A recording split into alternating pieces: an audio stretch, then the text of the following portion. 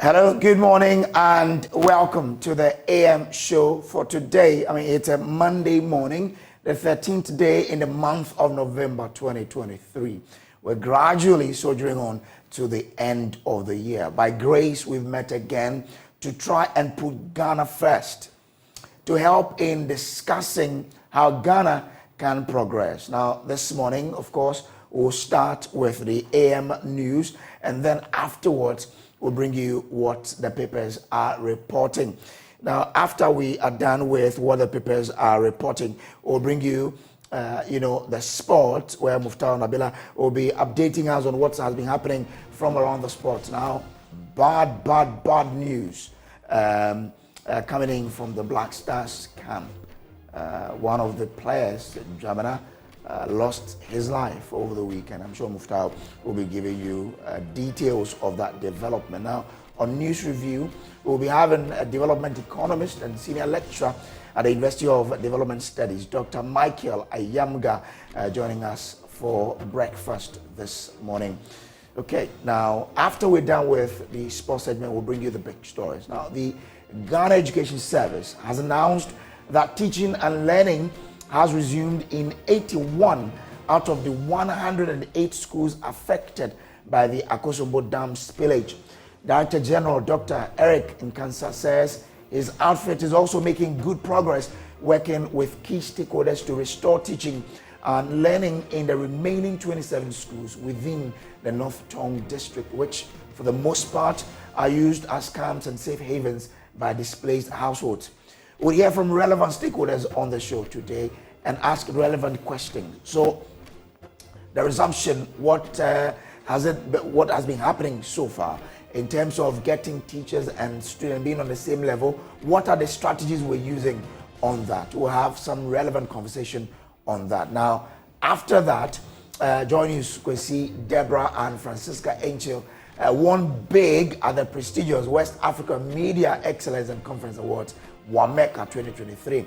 Kwesi Deborah was adjudged the best journalist for ICT and telecoms reporting, while Francisca Enchi, who also reports for Corruption Watch, picked up the best investigative reporter award. We'll hear from them on the show today. So be with us and let's get it through. Now, that's how it's going to be. We'll let you have your say on the show from 9:35 onwards. But let's say kudos to authorities who, after Ben did, a thought on the bad nature of the road linking Kolebu, have moved in to try and rehabilitate that road. Kudos to you. When you act well, we would obviously praise you. When you don't, we'll criticize you.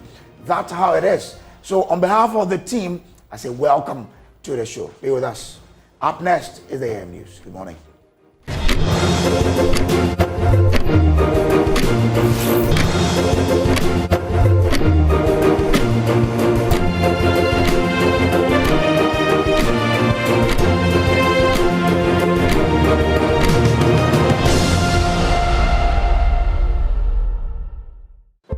Well, let's do AM News now. Government has started its Urban Renaissance Project through the Sister City Project.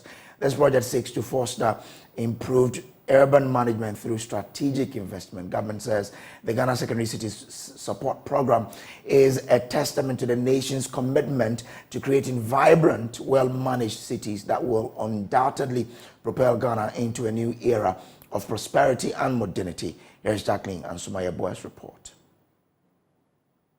Government says it is channeling $245 million into the Ghana Secondary City Support Program. The project, led by the Ministry of Local Government, Decentralization and Rural Development, will reshape urban landscapes and fortify institutional capabilities across 35 municipal assemblies and 16 regional coordinating councils. During the sword-cutting ceremony at Awutusinya East and Agona West Municipal Assemblies, Minister for Local Government and Decentralization, Dan Boche, rallied community members to ensure judicious use of the allocated funds meant for the execution of the various projects there. It's important that people are well informed.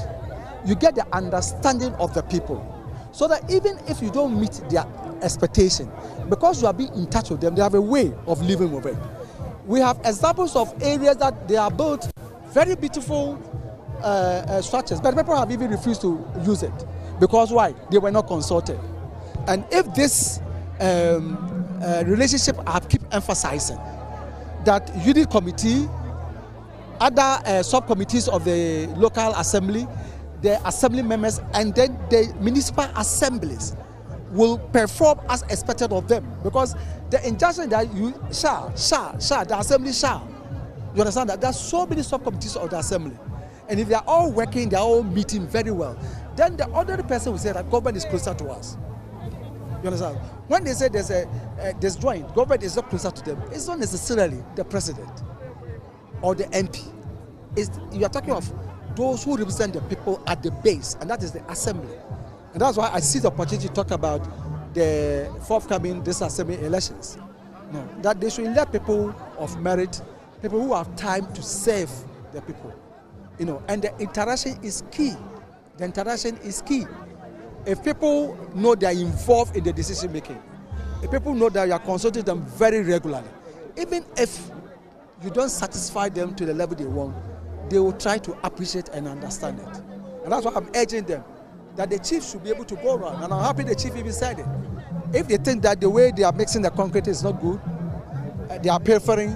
So instead of applying 100 bags of cement, they are applying 60. They should be able to, draw our attention to it. Member of Parliament for Aguna West, Cynthia Morrison, praised the government for heeding to the plight of traders and constituents as a whole for bringing the project to the area. What our hearts desire has come to pass.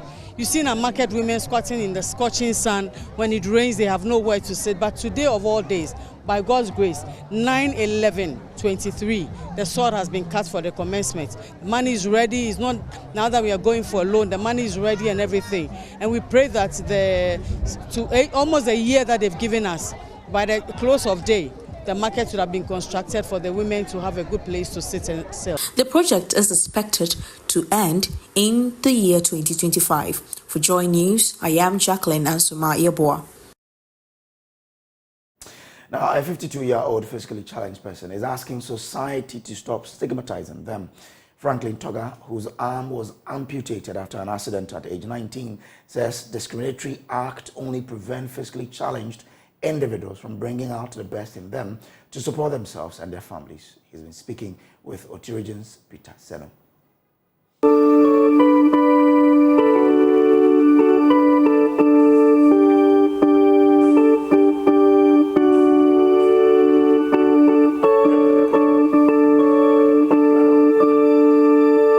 He lost his arm while trying to learn a trade after he dropped out of school at the age of 19. He took apprenticeship with his uncle in vulcanizing, and while he was inflating a lorry tie, it blasted. He woke up on a hospital bed only to realize he lost his left arm. That did not deter him to become independent and self-reliant. This is the story of 52-year-old Franklin Toga, a resident at Sandro Kofi in the Oti region, who is now into cocoa farming with one arm to take care of his family. He tells us how he has been managing over the past years. This is my cocoa farm. I started it somewhere 2015, and then I've been trying to do my best to bring the cocoa to a surviving place where it can take care of me and my family. Initially, I wasn't like this. An uncle of me who is called Ajimai, Francis, he was a vulcanizer. On the 6th of December 1989, at the age of 19 years, and then this unfortunate thing happened. He also says life has been tough for him, even when he tried to get a wife. Yes.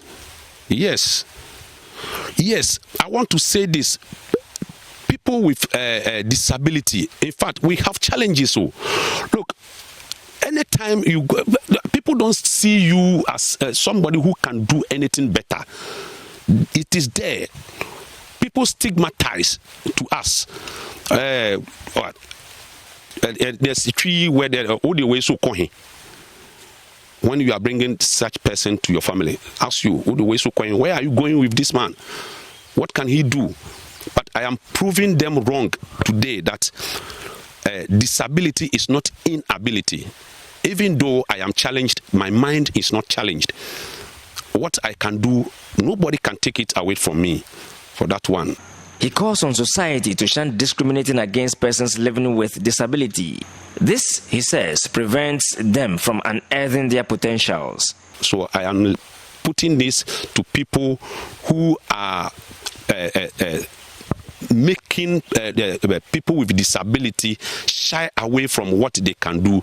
I'm telling them they should stop it. I'm using this medium to tell them they should stop it. They should rather embrace us so that the ability in us can be portrayed so that people can see the best of us. Simon Opoku-Minta is the assembly member for Central Kofi electoral area. He is asking for support for Franklin to enable him succeed at his farming business. I'm here as an assemblyman, appealing to the public, philanthropists, NGOs, and all well-wishers, churches, to come to Brother Franklin Togan's aid, so that at least with some of the farm inputs that can make his work easier are provided to him so that he can achieve his aim. Franklin is also good at music, although he did not receive any formal training in this regard. He directs the EP Church Choir at Central Kofi Benwa on Sundays and also good on the keyboard. In fact, it is challenging because sometimes when you are playing, jumping, fingering to reach the other key, whilst the other hand is not there, is challenging.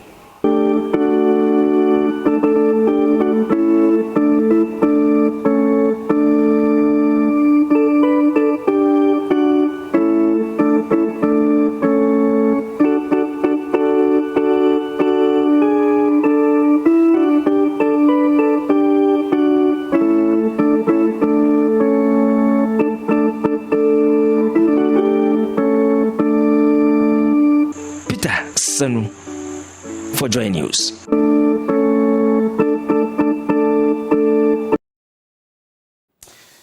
Non-government organization Action Aid Ghana wants government to commit the needed resources to the provision of kindergarten and primary infrastructure, doing educational development planning and implementation. At the handing over 2-unit KG block with ancillary facilities at Namasa in the Tyne district, the head of programs at Action Aid, Justin Bayo, said such commitment will help improve the learning outcomes and empower the people to break free from poverty. Precious Semevo has more. Namasa DA Basic B School in the Tyne district of the Bono region was established in 2019 by Action Aid to meet the educational needs of 251 pupils in the farming community, but without a nursery. Over the years, the KG pupils have been using this abandoned and dilapidated block as classrooms, a place not fit for training future leaders. According to the headmaster Alhassan Isifu, the situation of the current 156 KG pupils was inhumane. Before the commissioning of the basic school from P1 to P6, we were having our only 5 KG2 students, even no single student for KG1 at that dilapidated building.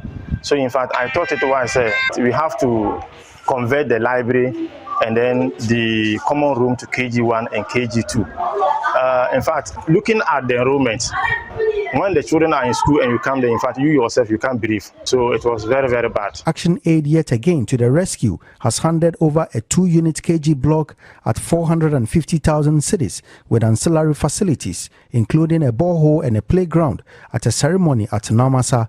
Justin Bayo, Action Aid head of programs, said they invest in education to empower young minds. Since 2001, Action Aid has constructed 22 model kindergarten schools with recreational facilities, especially in the Bono and Ahafu enclaves.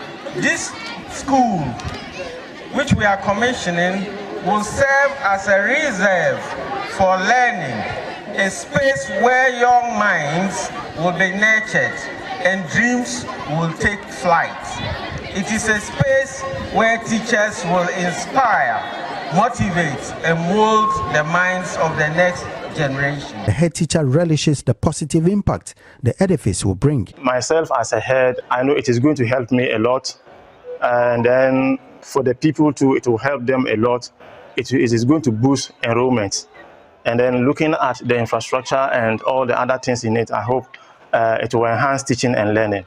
For now, we don't have fault. We'll be happy if any benevolent institution can come to our aid. Justin Bayo appealed to the government to commit resources to help develop the education of the people. Let us join hands and work together to ensure that every child in Ghana has access to a quality education. Kindly permit me to humbly appeal to ensure that the government commits the needed resources and prioritizes the provision of kindergarten and primary infrastructure in our educational development planning. My humble appeal to you is to prioritize the maintenance of this edifice. Precious Semevo, Joy News, Namasa. Now, Agreement Officer at USAID, Paul Napare, has urged chiefs and parents to demand accountability from managers of educational institutions in their localities. He says when that is done, it will give a better outcome for education in their respective areas, as teachers will no longer take decisions that will be affront to the education of their children. Mr. Napari made statement at the regional launch of the USAID Ghana Strengthening Accountability in Education System project in WA. Rafiq Salam reports from WA. The Cooperative Assistance and Relief Everywhere and its partners, Africa's Community Development Alliance, Crown Agents, Ghana National Education Campaign Coalition, and the School for Life are implementing the 5-year 50 million cooperative agreement with the Ghana Mission of United States Agency for International Development to assist the Ministry of Education and its allied agencies to strengthen accountability at the basic level. The objective is to strengthen accountability mechanisms in the education sector. Speaking at the regional launch in Tamale, the Director General of the Ghana Education Service, Dr. Eric Nkansa, in a speech read on his behalf, said for GES, any offer that would help enhance accountability is welcome. The Education Accountability Framework. As you are all aware, basic education is key as it forms the foundation that our children will build on. And so for us in GES, such a project that will ensure accountability to improve learning outcomes is a very welcoming one. Ghana has made significant strides to improve access to education and the quality of it. The Ghana Education Service has established various structures from the school level to the national level to enhance accountability.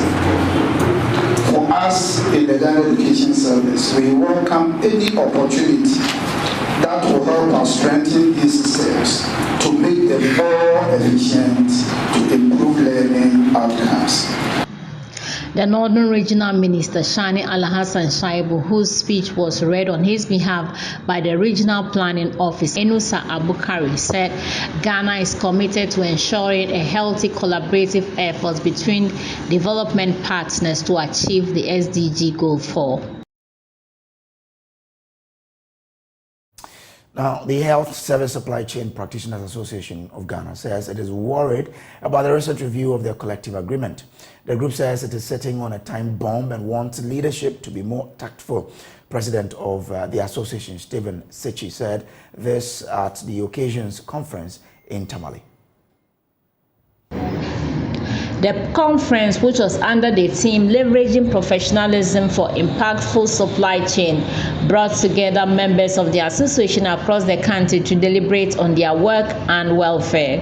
Speaking at the event, the national president, Stephen Seji, also raised concerns about issues of their steady leave. Moreover, Madam Chair, we are calling for the review of the steady leave quota for supply chain staff.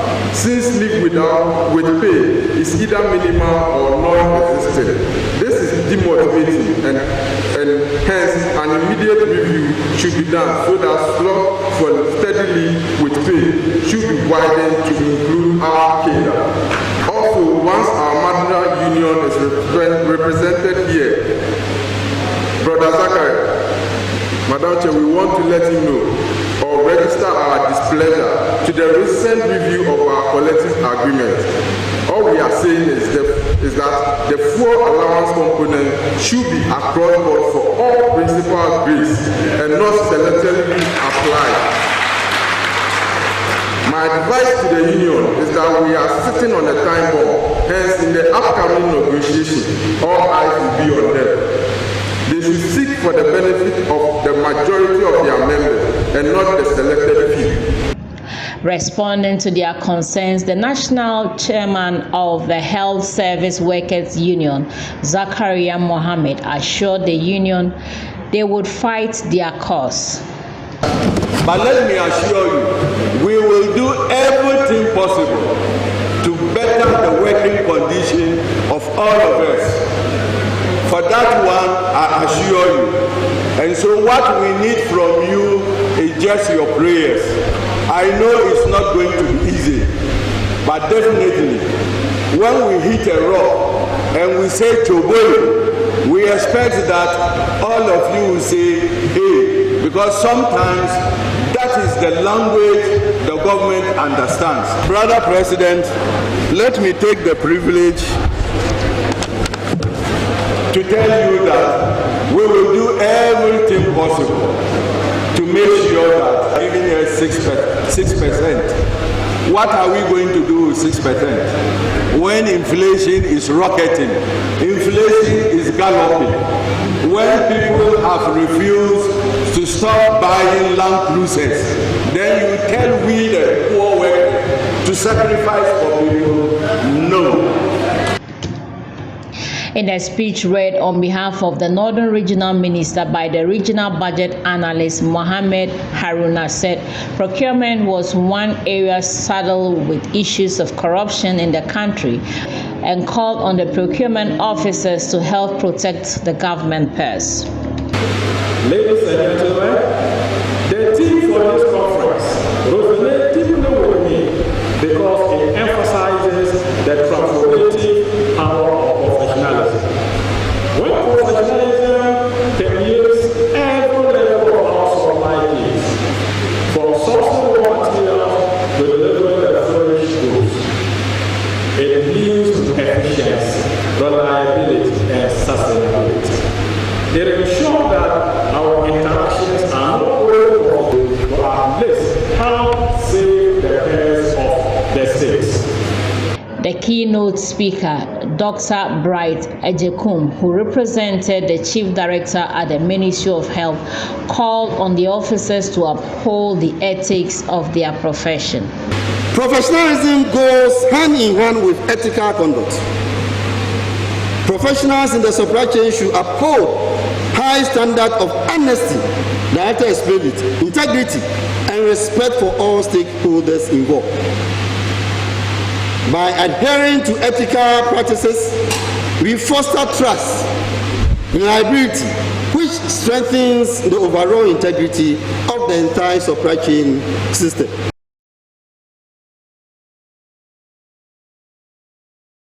And that's how we wrap up the AM News here on the show. We'll take a quick break. We'll be back with the news review. Do stay with us.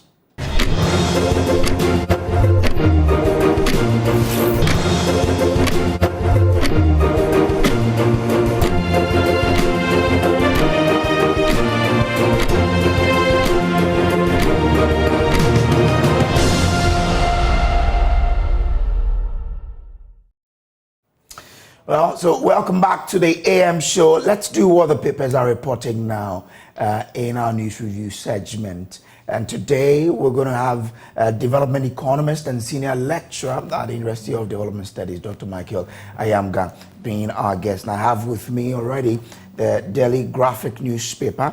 I have the Ghanaian Times newspaper, the Daily Guide, the Finder, Today, the Custodian, and the Ghanaian Publisher. So these are the papers that we'll be sharing with you this morning. Well, so let me welcome our guest, Dr. Michael Ayamga.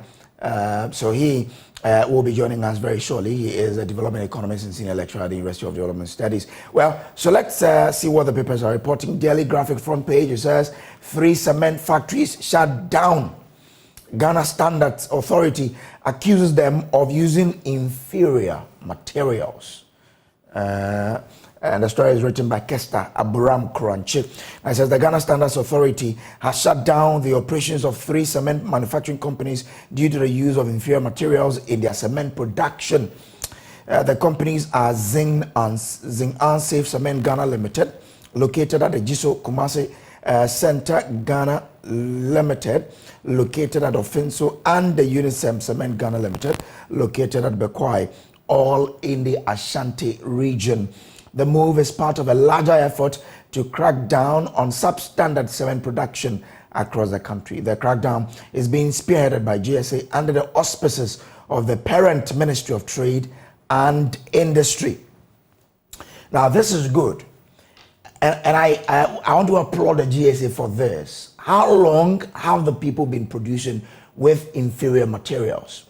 And once they do that, can the Environmental Protection Authority also move in and ensure some people are doing the right thing? Now, there is this cement factory in the Western region, Western Diamond Cement. Look, it's a good setup. They're employing people. But whilst at it, they are also polluting the environment. And the EPA has to be up and doing on that. Now, at their junction, that's where they are building the Agenda 111 for Hunter West. Everybody should go and watch it. On the trees surrounding the area, there are dust all over, and this has been happening for more than 4 years. Is the EPA telling us that there is nothing wrong with that and that everyone is safe there? We are putting up the Agenda 111 hospital there. The EPA should ensure that the dust pollution from the company is minimized. I mean, I covered this story about 2 years ago, but the thing is still happening. And the EPA should ensure that people are safe. The GSA has taught them what they have to do. They should move in, and if it's possible to let them shut down and correct the defect in the factory, then it has to be done, than putting a lot of lives at danger. This factory is in Bukro, in the Hunter West district of the Western region. Hunter West municipality now of the Western region. Something ought to be done. Well, Dr. Michael Ayamga has joined me now. Good morning to you, Doc.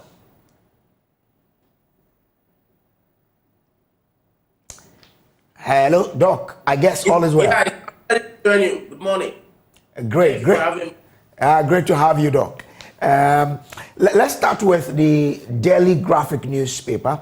I've read a brief on the cement factories that have been shut down because of the use of inferior, materials in their production. Again, on the front page of the Daily Graphic, it says, "Break from past, budget must show tax reform."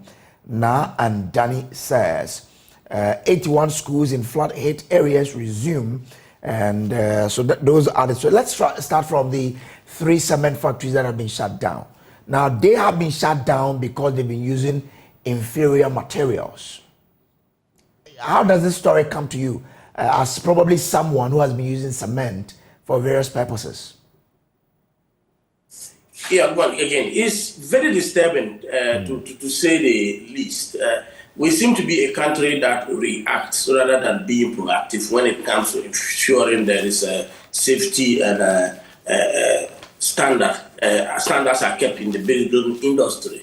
And even though it's sometimes surprising that we have so many regulatory bodies, from the Ghana Standards Boards to the Environmental Protection Agencies and what have you, you only find them on the street doing things because they pursue them from the perspective of internally generated funds. That is the biggest problem in this country, that the regulatory authorities tend to confuse their function of safeguarding the health and life of Ghanaians with generating a fund for their day-to-day activities. So I'm not surprised that we have reached here. It is very disturbing.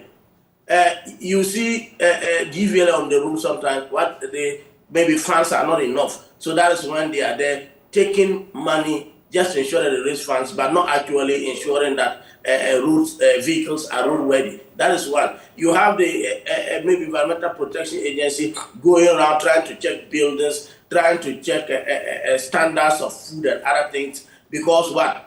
They feel it in their pocket, not because they want to serve the Ghanaian populace. So our biggest problem as a country is the IGF mentality. So I agree that it's good, better late than never, to go after these companies. But cement is a very important ingredient in the building industry. We are in a country where we have very defective buildings because both the materials and the standards of building are not adhered to. And when some people use their life savings and try to put up something, a roof over their head, they expect that at least the things in the market meet the materials standard, so that they don't waste their investments. Unfortunately, we have these companies doing all sorts of things, cutting corners, using substandard material, importing fake products, and they manage to pass through our series of regulations that we have put in place here.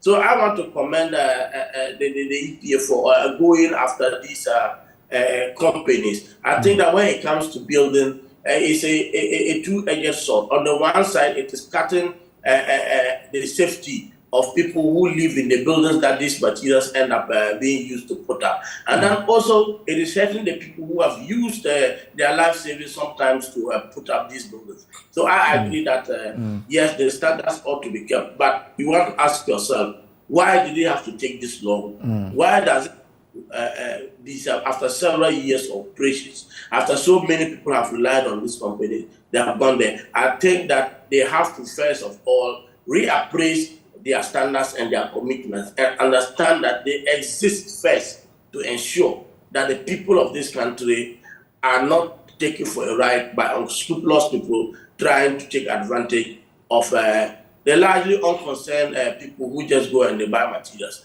I myself, I'm not a technical person, so if I go and buy cement, I have bought cement. I may not know that the standards are inferior. I only get a feedback maybe when the building is suffering and the integrity is not that good. So we need to be proactive. We need to get these things before they pose havoc on the Ghanaian populace. But it's not only the EPA. As Ghanaians, we need to check the institutions and ensure that they are working for us rather than generating internal funds just for their land.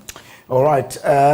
Now, what about the product that people have already bought? Now, we're being told that the cement, example from Zinc Safe Cement Ghana Limited, indicated that limestone did not conform to the requirement for calcium carbonate content in the product. And mineral identification analysis also showed that the sample was feldspar and quartz. Now, this is a quote from the GSA. It says, in view of this, you are instructed to cease operation production henceforth until the use of the approved raw materials. Now, Professor Dodu, who is the chief executive for the GSA, explained that feldspar and quartz were not recommended major constituent of cement, and as such, their use as major constituent by some cement manufacturers should be stopped forthright.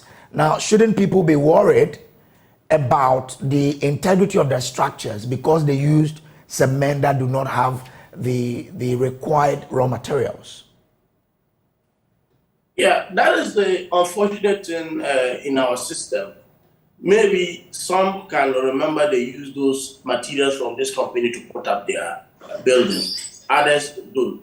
I think that those who have bought cement from this company ought to pursue some form of compensation. Maybe the company should recall these products and then try to compensate those who have bought them. But I doubt if that can happen in our jurisdiction. Again, it boils down to the reactive nature of our institutions rather than being proactive.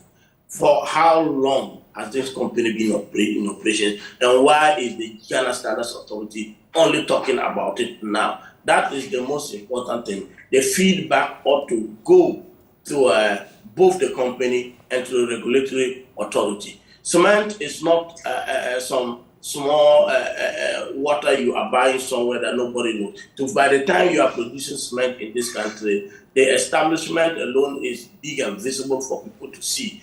I'm surprised that every day in the market, maybe the GSA is not aware that this product is there, that they have not gone to buy cement in the market and do some testing.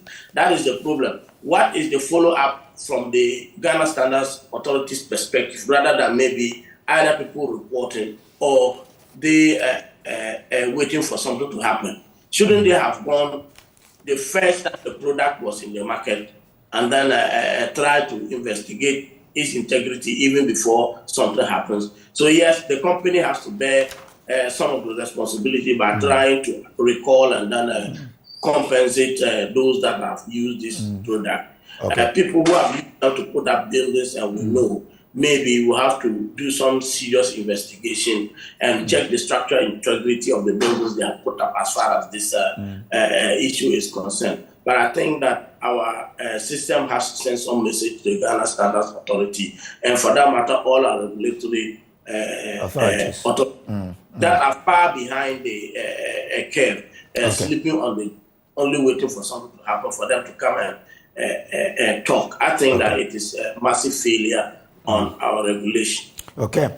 And on that note again, I wish the EPA could also move in and investigate allegations of air pollution by some of these companies. I remember a resident of Bukro did a press conference and accused a cement manufacturing company in the area of polluting the environment. The EPA should go in there and check and see if all is well. Well, let's move on to the Ghanaian Times newspaper. It says, expectations of 2024 budget economic policy don't impose new taxes, rather introduce new initiatives to broaden tax net. Economists urge government. Asantehene launches $10 million fund for Hill Komfo-Anokye project. Ghana wins bid to host IFPIM Africa headquarters. It comes with a photograph of the Minister for Information, Kojopon, and Nkrumah in Ghana. GMA elect Professor York as VP. Okay. Now let's check the stories out. Let me turn to page 12 for the story on the economy. Now it says the government must initiate new measures to broaden the tax net to shore up its revenue rather than the traditional approach of burdening the existing taxpayers through the hiking of taxes and the introduction of new ones, some economic stakeholders have said. Now, according to them, it was important that new initiatives and strategies were deployed in the 2024 budget to improve tax collection, to shore up government revenue, and also outline measures to help address the macroeconomic challenges such as high cost of capital, deficit, and inflation bedeviling the country.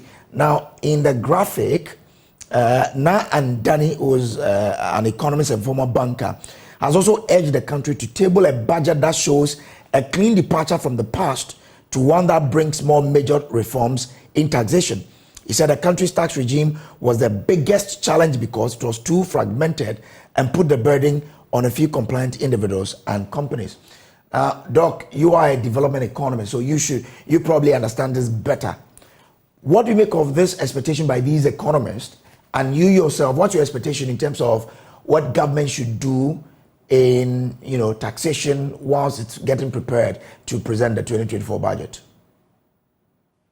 Yes, again, I can't disagree with the various positions held by Na and Danny, and also I've seen on the front page of the Daily Graphic the position, the suggestion by Professor Peter Kote, who I know as one of the finest economists we have in this country, a very thorough person.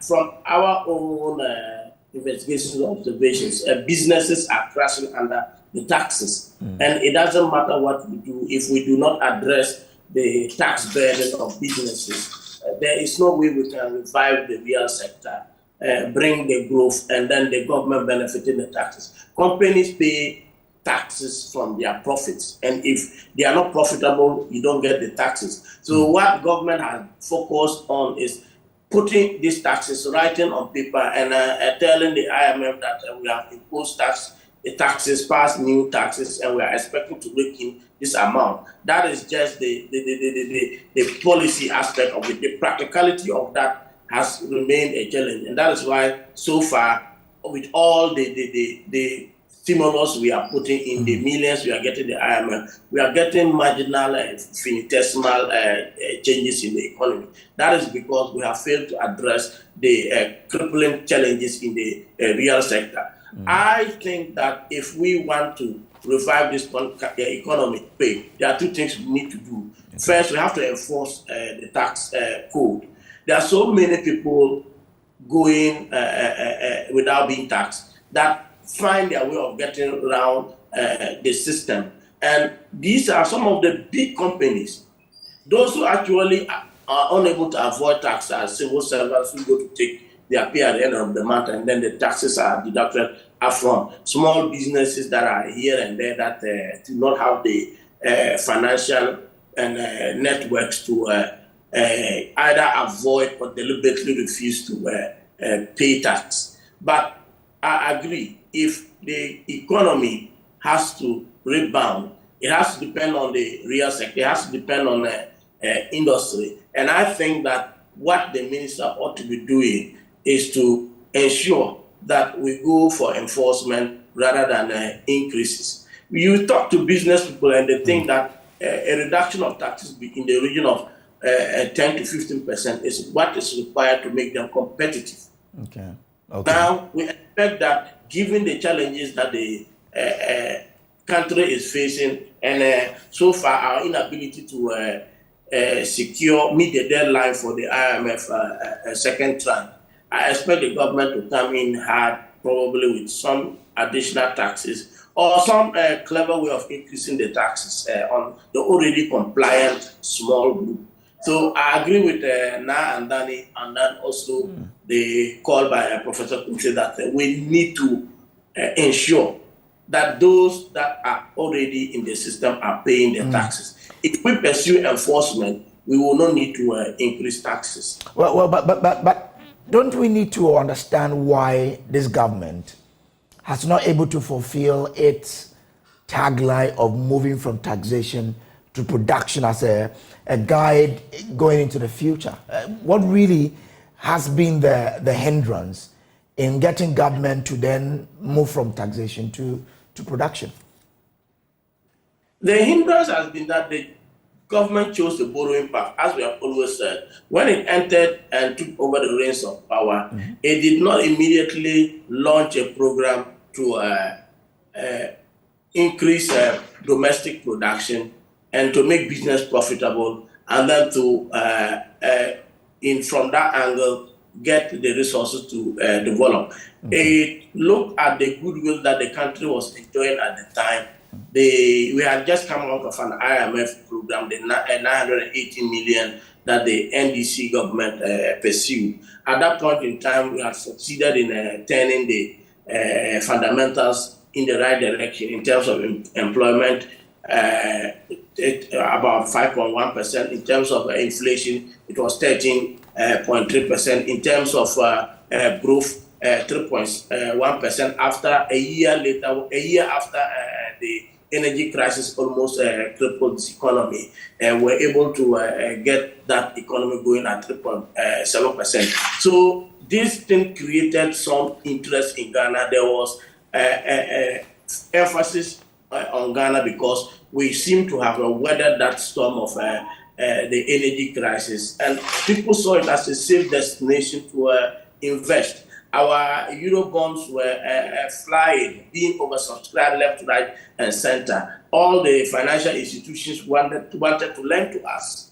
So at that point in time, government, with a lot of slogans, did not actually take time to unpack these slogans into policies that were rightly linked with our systems and also our capacities, but chose the borrowing path.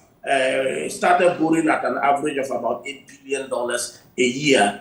And by the time we realized that we could no longer get the credits that were coming in. We'll try to now look at internal sources to raise money, only to realize that businesses now have to compete with the extremely deteriorated fundamentals and therefore could not survive. So it is the government's desire to use a borrowing path rather than a production path. They said, of course, as a candidate, Baumia now said at the time, move it from production to taxation, move the economy from taxation to borrowing, and then after borrowing, they have now moved the economy from taxation under the Muhammad regime to taxation and borrowing. So that is the problem now. They did not settle down to pursue a well-defined agenda to stimulate the productive sectors of the economy. We borrowed and spent, and it's one of a very serious problem now. So all that happened is the borrowing between 2017 and 2019. We don't even need to talk about 2020 when, or the early part of 2019 when COVID hit. When we started from 2016 all the way to the end of 2018, by then we had already damaged the structure of our economy with a massive boom. Okay. Yeah. Now, this is an important one. We need to do it in the Ghanaian Times. Asantehene launches $10 million fund for Heal Komfo Anoche project. Now, the Asantehene Otumfuo said to the second has launched a $10 million Heal Komfo Anoche project, a fundraising campaign for the renovation and modernization of the main blocks of the Komfo Anoche Teaching Hospital, CAF, in Kumasi. He described as apologetic and embarrassing the current state of the facility. He therefore appealed to MPs, government appointees, corporate organizations, and the public to contribute and help achieve the targeted amount. Now, this goes to, add to the feather of Otumfuo as a great king. How does this become a benchmark for other traditional leaders in Ghana to ensure that things in their traditional areas are getting attention as Otumfuo is doing for CAF? Because we understand that already some monies, huge monies, have started coming in for that project. Yes, I think it's, from where I sit, it's unfortunate. You see, Otumfuo is a great king.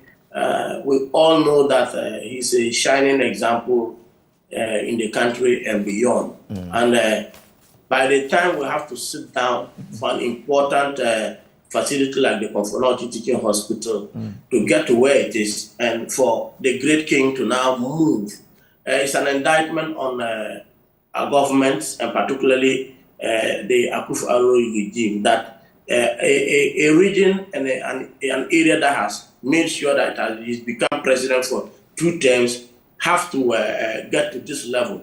I don't think that we ought to put this burden on the chiefs. We ought to put this burden on the government that takes our taxes and people who are supposed to manage these institutions. We cannot make Ghana a beggar nation. Everything, somebody has to raise funds. Every day, somebody has to donate. It goes round. Whether you are in an institution working or you're in the market selling, there's always some fundraising here and there to do things that government is supposed to be doing. I think that culture, yes, much as we have to commend Otumfuo for putting his weight behind this, and definitely is going to succeed because of the integrity he has shown over the years, the proactivity, and then also his desire. And we don't have to wait this.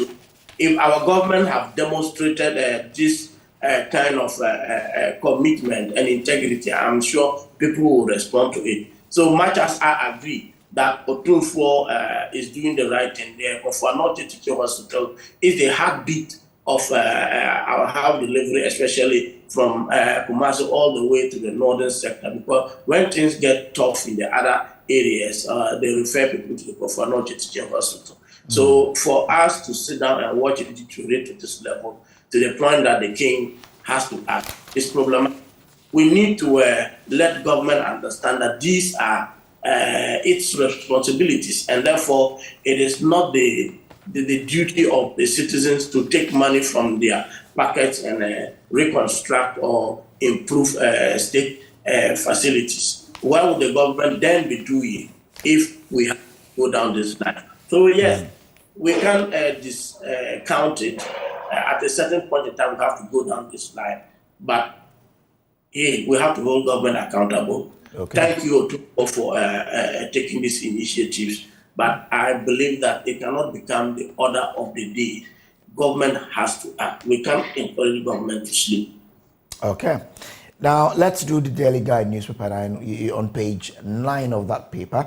It says Cocoa Board assures stakeholders of $800 million syndicated loan. It's written by Ebenezer K. Amponsa. It says the Ghana Cocoa Board has assured its stakeholders of the company's readiness to continue to secure an $800 million US syndicated loan to fund cocoa purchases for the 2023-24 crop season. A release issued by the Public Affairs Department of Cocoa Board said it's planned a two-pronged financing for the 2023-2024 crop season in an effort to diversify its source of funding for the annual cocoa purchases. Quote, the strategy was therefore to use a pre-financing arrangement with international buyers to raise an amount of $800 million US from a syndicated of lenders by end of November 2023. After engagement with buyers for several weeks, the arrangement was, however, discontinued. Thus, since the beginning of the season, cocoa purchases have been financed with collateralized cocoa sales proceeds. But it said, quote, Cocoa Board is therefore still in the process of securing the syndicated loan for the 2023-2024 crop season, and unquote there. Now, this is what we've been doing over the years. How do we ensure that we end our reliance on syndicated loan to buy cocoa, having produced cocoa for all these years? How can we do it? Yeah, I think that it's unfortunate. We have largely operated from a farm to packet policy as far as cocoa is concerned. We harvest the cocoa, go borrow, sell it, and then straight into the funds. We give something of the well market price to farmers, and then straight we spend everything. The strategic investments needed to revamp and then expand the cocoa sector has not been happening. Value addition in the cocoa sector has not happened, to the point that it is embarrassing. I told one of my students that I'm thinking of a way for us to estimate chocolate import just by Ghanaians. You get Africans get to in big airports, and the chocolate they have to carry into this country is unbelievable. But you have year in, year out, we have failed to vamp processing.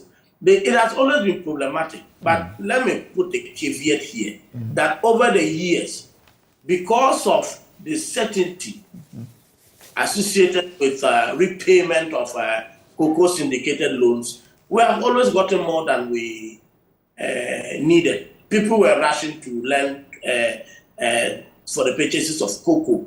But unfortunately, in the last 2 years, there has been some realization that the cocoa syndicated loan has become a backdoor for government borrowing.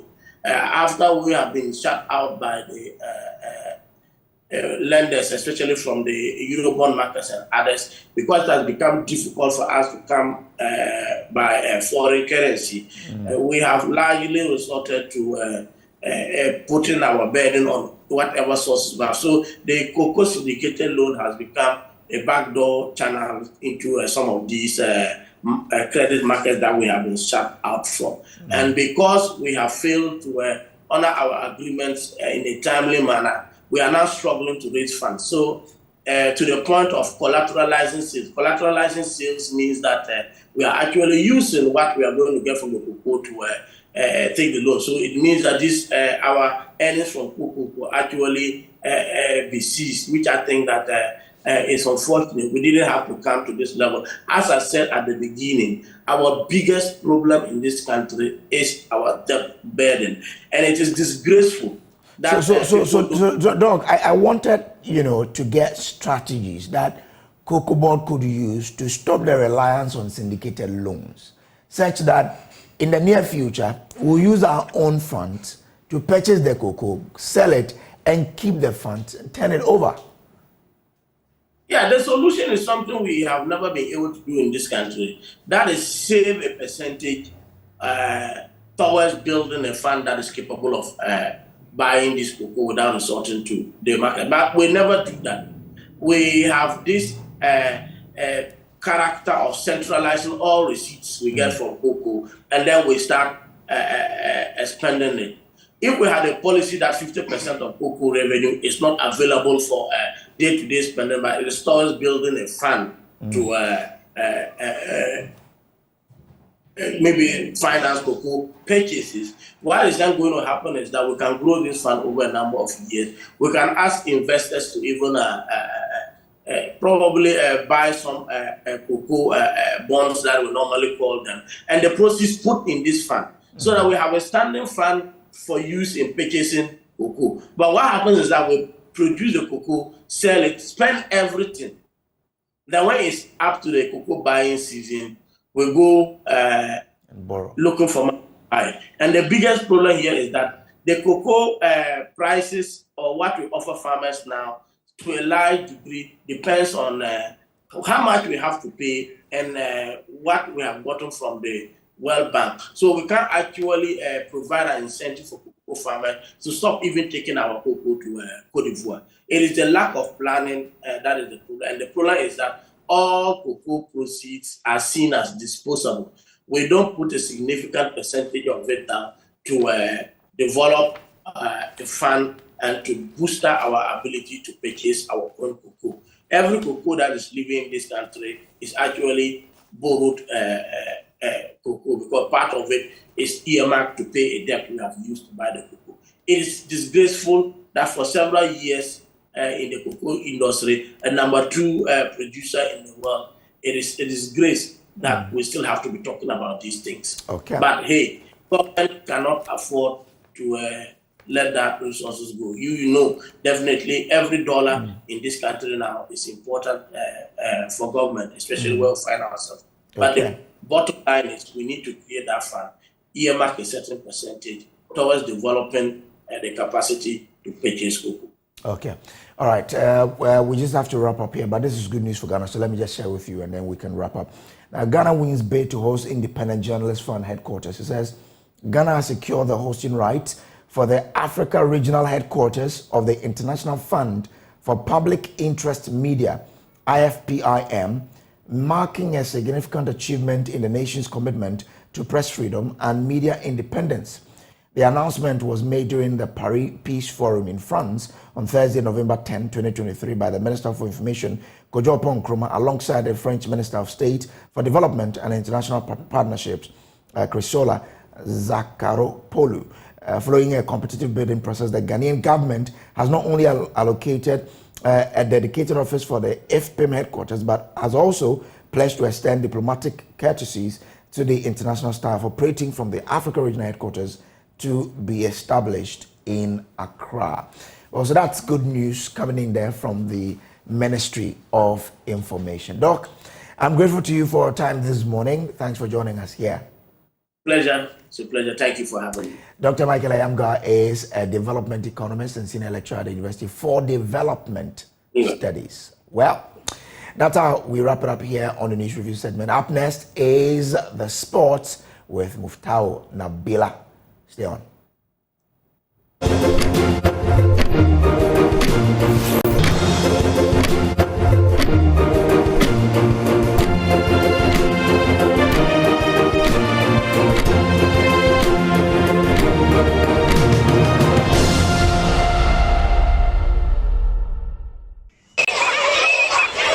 Enthusiasm and excitement filled the air as the founder of the New Africa Foundation, Nana Kwame Bediako, alias Jacob Caesar, and his foreign partners from arrived at the Mepe RC and Agbetikbo basic schools, which are serving as shelters for over 1,000 flood victims. Donating 3 trucks of relief items filled with 100 tents, bags of rice, soft drinks, tissue, plastic bowls, bottles of water, among others. Nana Kwame Bediako also promised to support female victims who have lost their farms to the flood with inputs to help them bounce back. I know it's very difficult at the moment, but difficult times, it's only remembered when the joyful comes in. And I believe that there's a lot of joy ahead of us at this moment. I hope that this very time should encourage us and inspire us to build our nation again. It shouldn't just pull us down. And I know it's heavy and I understand your pain. But this tells me, and I feel like, yes, there is more we have to do as a country for each other to build ourselves up, and I'm ready to help in any form, in any means necessary that would take this memory away. On that note, I want to say that, I have an industrial revolution that is going on in regions, and I want to dedicate my time on Volta, these areas, by feeding a whole woman here and giving them a capital of urea and seedling for farming. I would like to really make sure that there's some factories that are going to come up here so we can do food processing and create employment and start to build this place up again. Highlighting the need for the Disaster Management Committee to consider a tent city for the flood victims in order to free up the classrooms for academic work, founder of New Africa Foundation, Nana Kwame Bediako, also urged town planners and the leaders of the country to govern well. Maybe the man have not thought of a tent city could help them moving from classrooms and free the classrooms for the kids. So I also looked at a lot of people who have supported Ghana, and I realized some of the things that were missing. And then I also brought to come and help. I think food is important, and we wanted to supply at least 2 containers of food for the people so they can survive in the next couple of months. But I also want to make the country, the government, the town planners aware that it's very important that, we make sure we govern our countries properly in terms of some of these national disasters, So, these people are important. They need to be saved. I don't know, but it's hundreds, as long as there's place for them to sleep. The tent has bed and it has a shower. Even though grateful for the items, Assistant Headmaster of the Mepe RC Primary School, Amaglo Mauto, said more interventions are needed to fully restore academic work. Once everybody moves, we have 9 solid classrooms that will be available. Here, the class 4 to class 6 is currently still in the river, and it is just drying up, and we can't do any work there now. So we'll be holding the classes under the trees. But the classrooms, these ones will be available once the victims move out. Receiving the items on behalf of the flood victims, Member of Parliament for North Tongue, Samuel Okujeto Ablakwa, commended Nana Kwame Bediako, stating that apart from helping decongest the camps, his agro initiative for the flood victims will aid them in bouncing back economically. I'm really happy about this great initiative, and I want to commend Jacob Caesar. Clearly, his visit is a full package. Relief items now. He has also brought lots of tents, which will help us ease congestion. But also, he has gone beyond just relief items and reducing the congestion. He's looking at livelihoods, and I want to commend him for that agricultural initiative. Even though flood waters have receded in many communities, thousands still remain in shelters due to the collapse of their homes. Carlos Caloni, Joy News.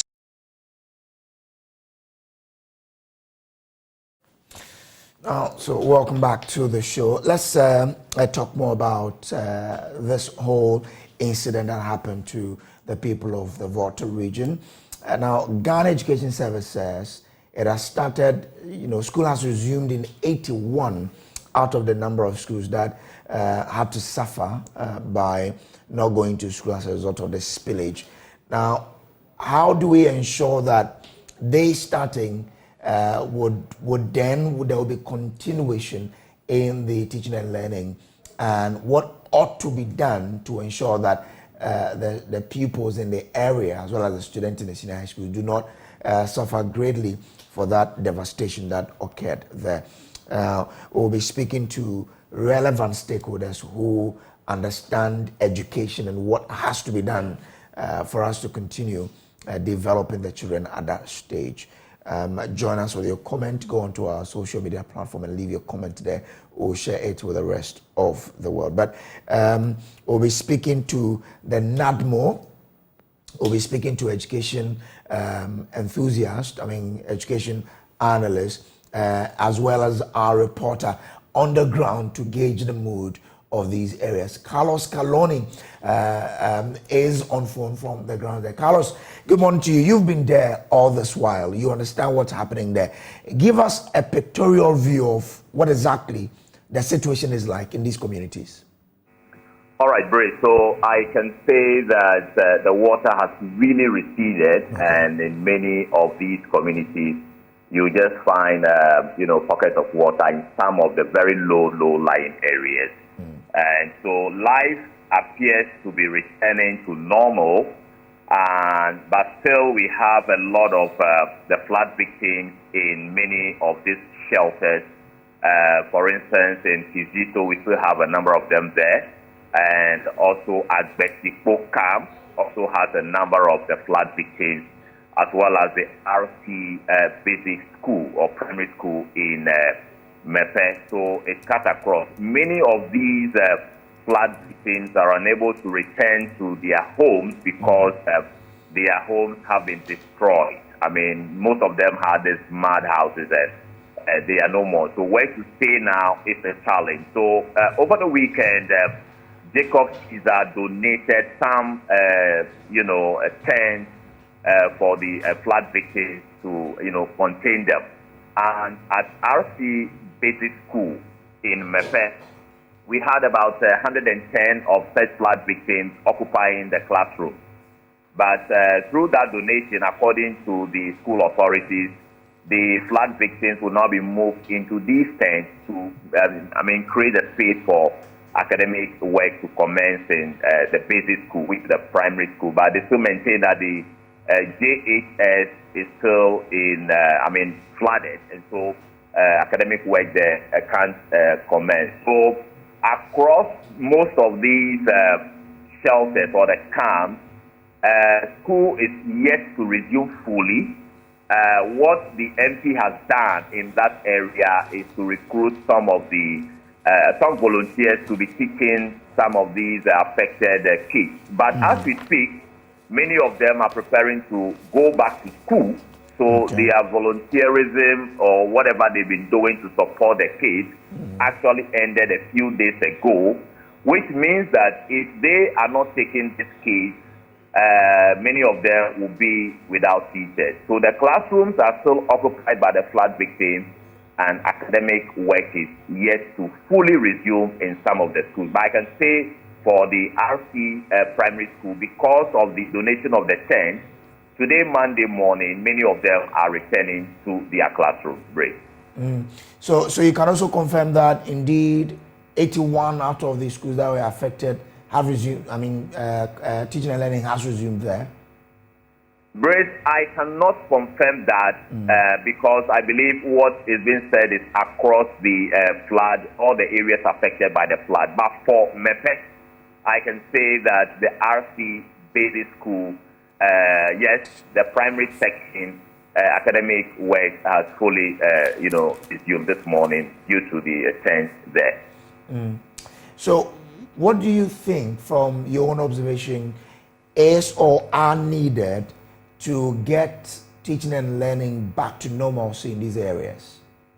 All right, Brace, on the ground, you realize that many of these flood victims, where to sleep is an issue.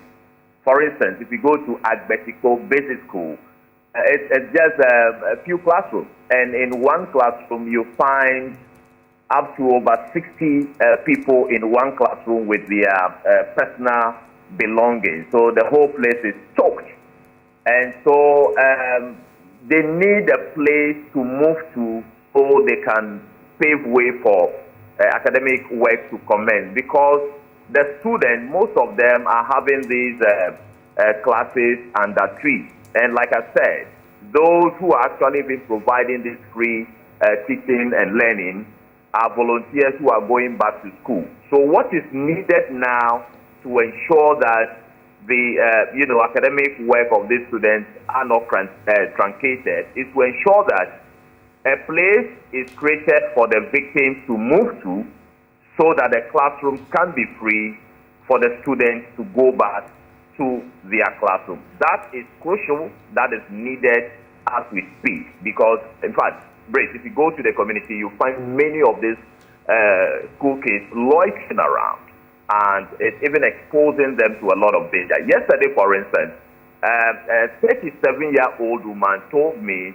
she has been looking for her child for about 3 days now. You can imagine, because there's no order at this camp. So it is important that they are sent to a safer place where they can now be, and then the classrooms will be free for academic work to commence. Mm. So you said the water has been receding. Have some of these residents started moving back to their communities yet?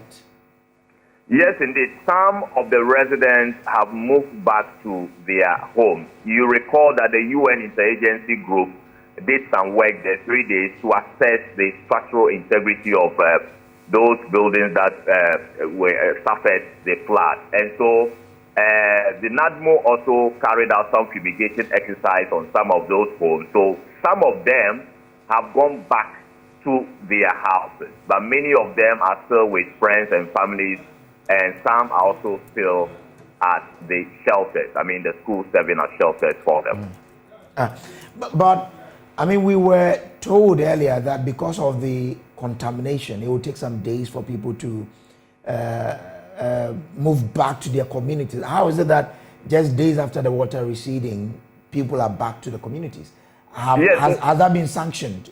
That has not been sanctioned. So that is the concern. If you go to the community, there are people who, I mean, in some cases, their houses have also not been fumigated, but they've moved into the homes.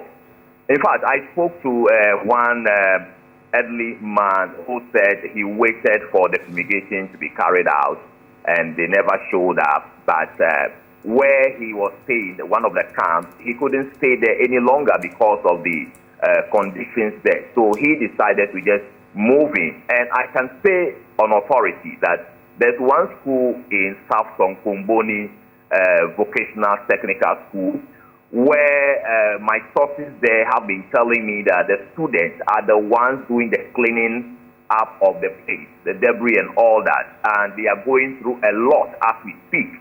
And they expected either the Ghana Education Service or NADMO to carry out fumigation and cleaning of these classrooms. But the students and some staff are being made to clear these debris from their classrooms. So it's a story that cuts across many of these communities, where some residents feel like where they are staying, the shelters are not conducive enough for them to continue to stay there.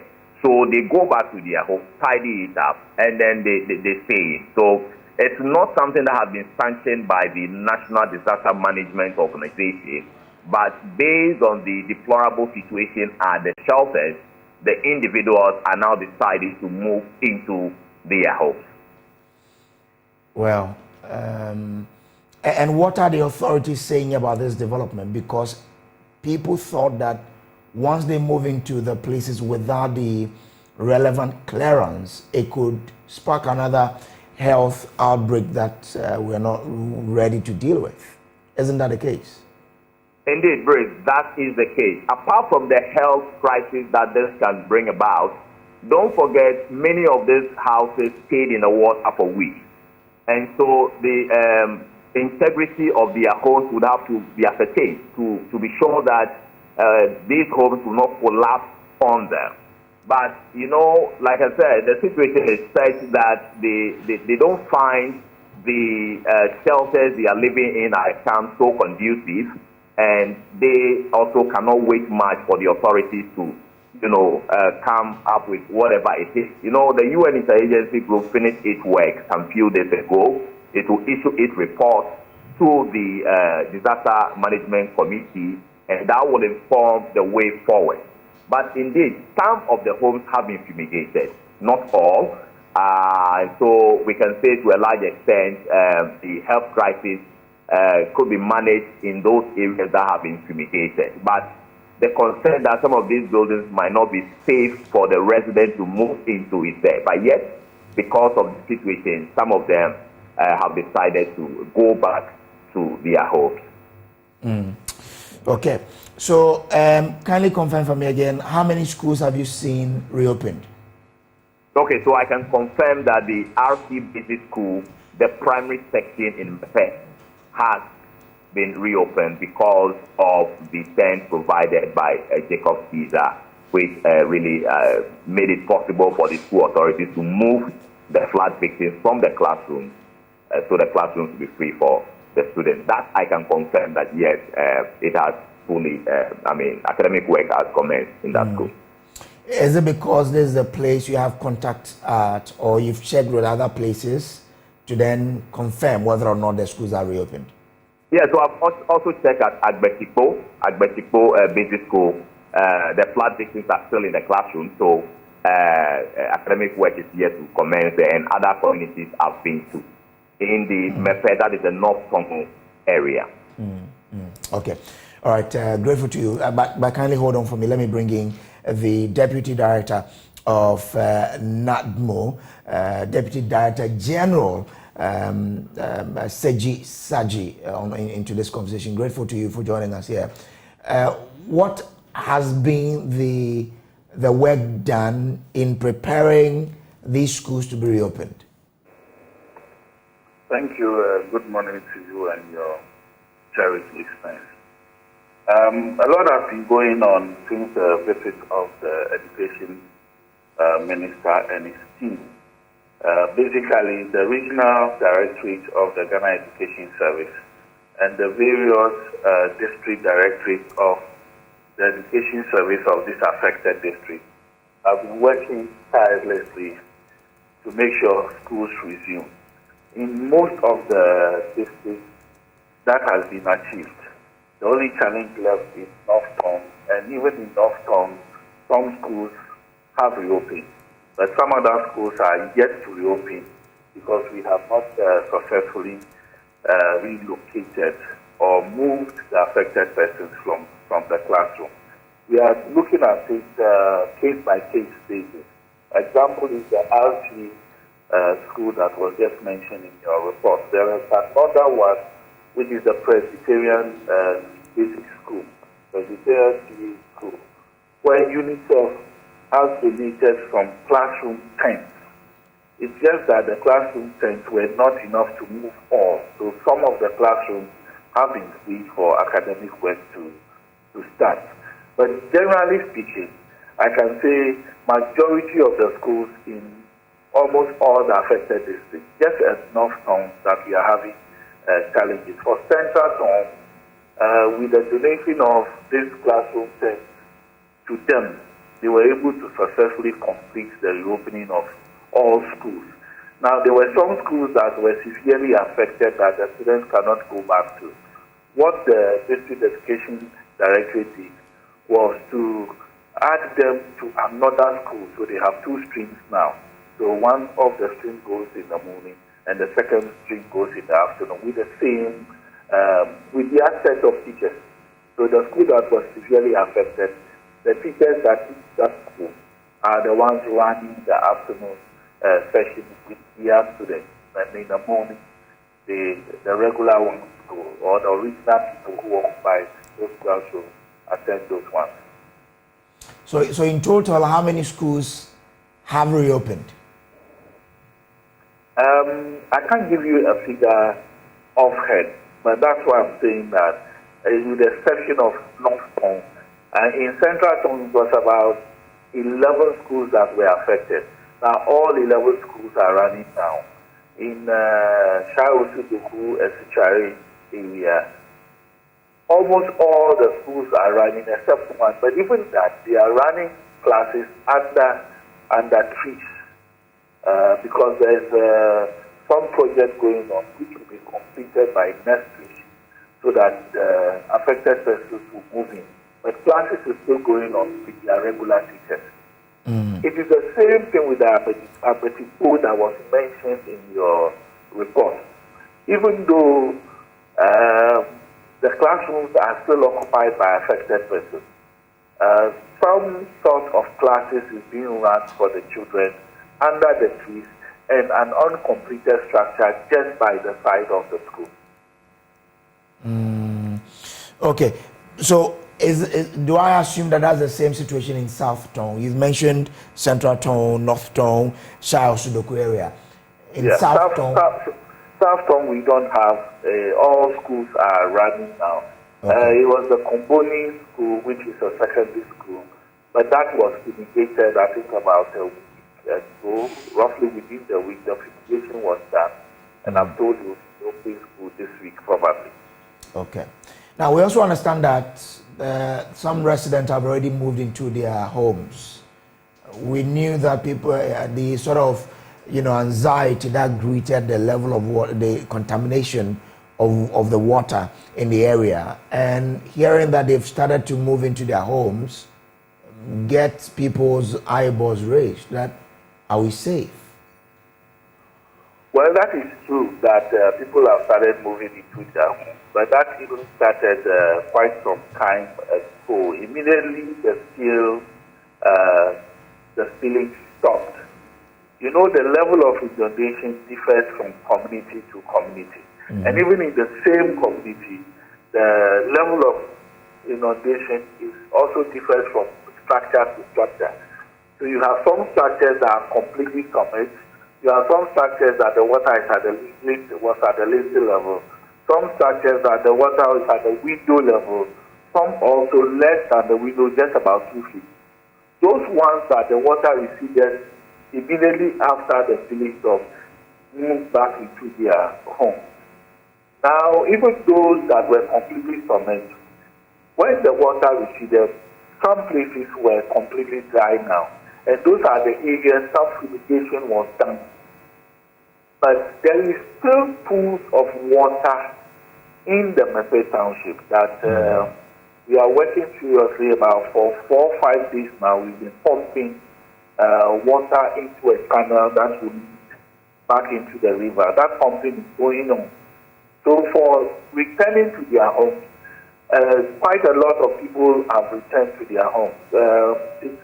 Kizito, which was the biggest holding center, now has a little over 500. It used to have about 1,500, but now has a little over 500 there. The report of UNOS, who is leading the interagency working group on emergency to do the conditional structure assessment and environmental impact analysis, finished their work about 3 days ago. We are receiving the report somewhere on Wednesday. Now, this will give us targeted building that some work needs to be done on before the people go back. But generally, some of the houses just need decontamination, fumigation, and the people can move back into their structures. So again, confirm this. So, are we saying that those who have moved into their homes have been fumigated already, and that it's safe for them to live in there? Yes, to a large extent, because we started fumigation about 2 weeks ago. We started fumigation roughly about 2 weeks ago, and quite a lot of the structures have been fumigated. But we have also indicated that if your place is not fumigated, don't move. Just draw the attention of the assembly. It will get to us, and your place will be fumigated. For example, at one of the holding centers, they have taken the decision to move the people back, but they are waiting for the fumigation to be done. We started yesterday. We are hopeful that it will be completed today. Then from tomorrow or Wednesday, they can start going back into their homes. I mean, I just got to know that your other name is Amedono. That's a beautiful name. So Mr. Amedono, are you telling us that there's no cause for alarm?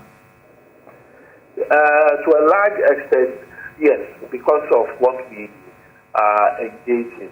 Normally, in our disaster management cycle, the recovery stage is a stage that we are very careful about so that we don't have another situation on our hands after just coming out from one.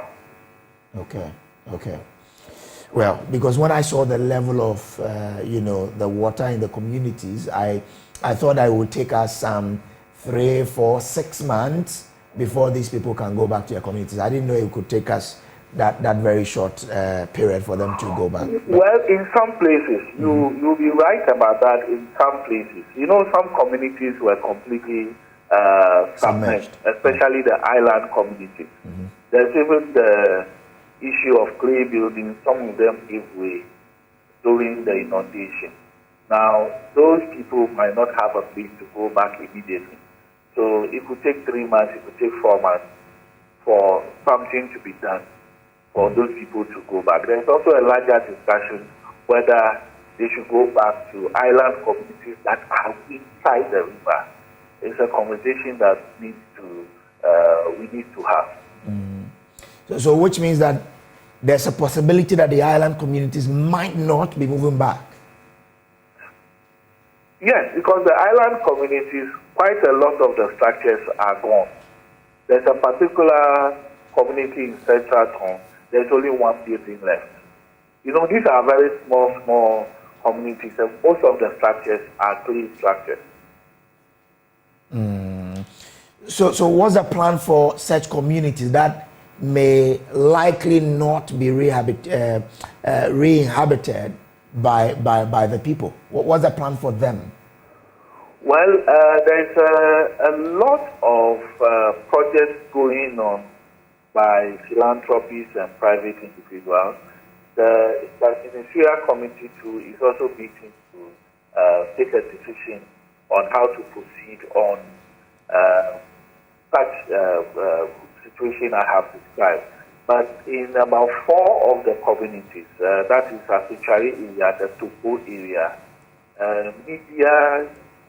that City FM in collaboration with the cement company are putting up some structures, and they are almost about 75% complete. They are doing the same thing in Nadan, and they are going to start the same thing in New Bangba, the central town, where these people can be held temporarily until such a decision that a permanent decision is taken on what to do, whether they are moving back to the island or where the structures will be staying there permanently. But upon your own, studies, is it safe for them to move back? Well, these are places these people have stayed all their lives. It is not an easy thing moving people from there. Maybe into the future, the solution could be those places could still be used as farmlands, because I'm told those lands there are very fertile, and that is what even attracts people to those places. So there could be some arrangement, but it's a bigger discussion that the assemblies must have. Okay, all right then. So as we speak, you say you're receiving a report on the economic impact assessment that has been done in the areas. That's a conditional structure integrity assessment and environmental impact assessment. We'll be receiving a report probably by Wednesday. Okay. But is NADMO doing some works in these communities as we speak? What works are those? If they are yes, doing something? we are still doing relief administration. We are still sharing items, because even when people go back to their homes, quite a number of these people have lost their livelihoods already. So government is working frantically to get them back on their feet. It will take some time. So relief administration will still continue for some time. Donations are still coming in, but not as before. But that relief administration will now move from the towns into the homes where people have moved to. Apart from that, too, we are still doing a lot of pumping of water, especially from the Mepe Township, but there's still stagnant water that will not dry up anytime soon. Okay. Now we saw how desperate the situation became when this flooding started. Yesterday there were some earth tremors in the capital and some part of the central region. How prepared is NADMO for earthquakes, for example, and the aftermath of earthquakes? Well, for some time now, for some few years back, I think everybody is now aware of this, that we've been having a series of earth movements and tremor, though not too significant on the Richter scale as the experts will put it. But there are indications that there can be a possibility of an earthquake effect. And if that happens, that the consequences can be very dire. In 2020, the president, as a result of what has been happening, put together a committee to come out with a framework for earthquake response for the country. Their report was presented in 2021, and some actions have already started flowing out of that report. Some gadgets have been installed in a number of public institutions, especially along the fault line, to detect this. And the Ghana Geological Survey Authority is actually the lead in this earthquake issues. But we are collaborating with them. We have started some education. UNESCO has come in at some point to help us develop some education material. Just even 2 weeks ago, there was a training workshop for our staff that are around the fault area to continue sensitization and education. And we have actually had 2 full-scale simulation exercise on an earthquake event, which gave us a scenario of a mass casualty event, maybe there's a football going on at the sports stadium, and this happens. How are we going to respond? We have done that with all our first-line responders. We have done that about twice. What about the people in the areas? I mean, in terms of your simulation exercise, because when it came to the Akosombo Dam Spillage, we heard of how the simulation wasn't enough. How about people who live in this fault line, such that they will also know what to do if there should be an earthquake? Well, simulation exercise never really takes away the hazard. It only helps you to prepare and coordinate your response activity. To a large extent, the Akosombo spillage and the flooding that happened aftermath, we could say to a large extent, because we had done some level of preparation, we thank God the Almighty that we didn't have any recorded deaths as a direct result of the spillage. Because we had pre-designated savings. People know they had to move if the water came and all that. So this is what the simulation exercise does. It helps you to put yourself in readiness, but it will not take away the hazard. Okay. So that's why I asked. You said you've done simulation with your first line responders, and I wanted to understand, what about the people, ordinary people who are living along the fault line, such that they will also know what to do in case there's an earthquake? Yeah, so that is why the education and sensitization is going on in those communities, using the assembly system and our zonal staff. NADMO is decentralized even to the zonal level. So in most electoral areas that even have assemblymen, you have NADMO staff too, also in those localities. Okay. Now you mentioned that some devices have been installed. Were they able to pick the tremor that happened over the weekend for us to then tell that indeed these devices will help us? Yes, it was. The Geological Survey Authority, I'm sure, has put out a statement. That is how they were able to measure the scale. I think they have put out about 3.6 on the Richter scale. So that is how they were able to measure. But normally, the devices pick these things within seconds, and the event follows. Oh. So they are not to serve as a warning mechanism. It is a warning mechanism. It's actually a warning mechanism that will send a signal. But you know, action needs to be taken within a split second. I can't put out the exact time, but I know the experts have the time. But I'm told it's within some seconds or minutes that the indication will come before the event follows. Okay. Okay. So if that's the case, where people warned that there could be a tremor like that? But these days, a lot of education are going on around the areas where we have the fault line. A lot of education is going. A lot of activities have flown out of the framework for earthquake preparedness that was done in 2021. Okay. Okay.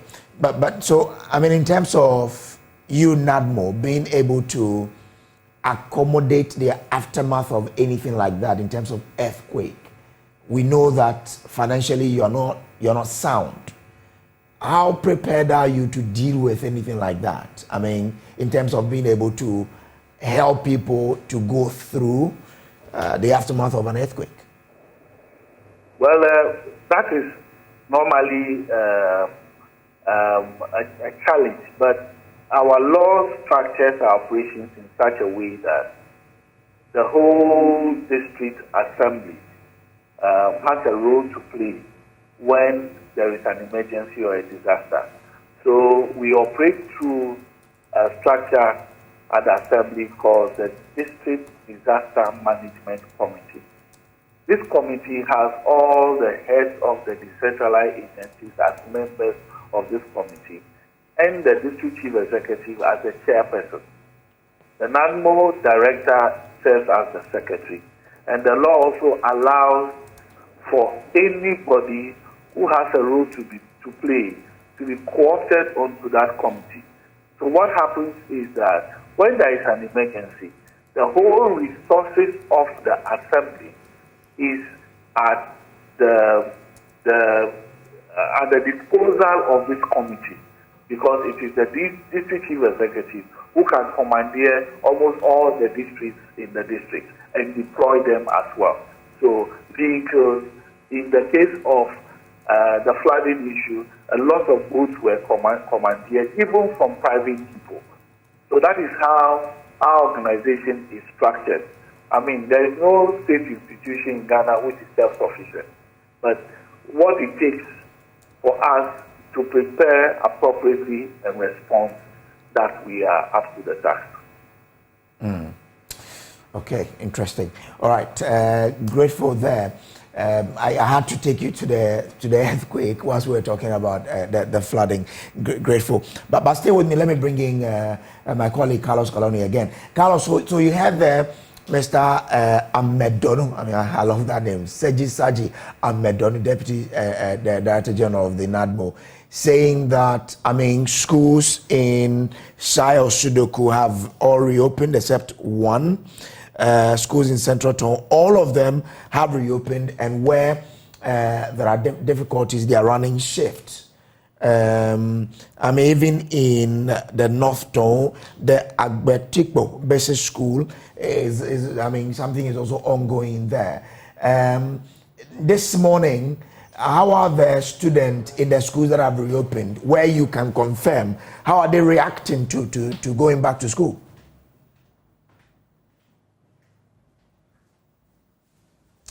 Do we still have Carlos Coloni? All right, Bray. Yeah. Yes, please come again. I wanted to understand how the kids are reacting to going back to school.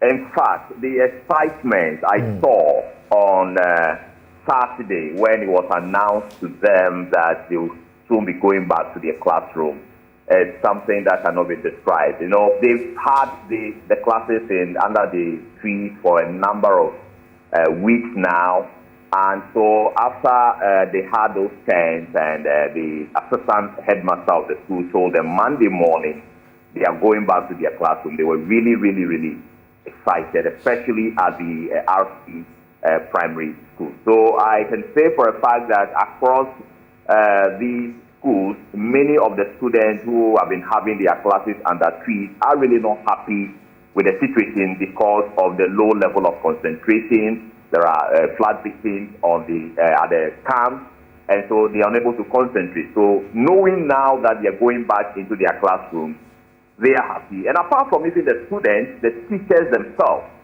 are happy that they are really going back to normal.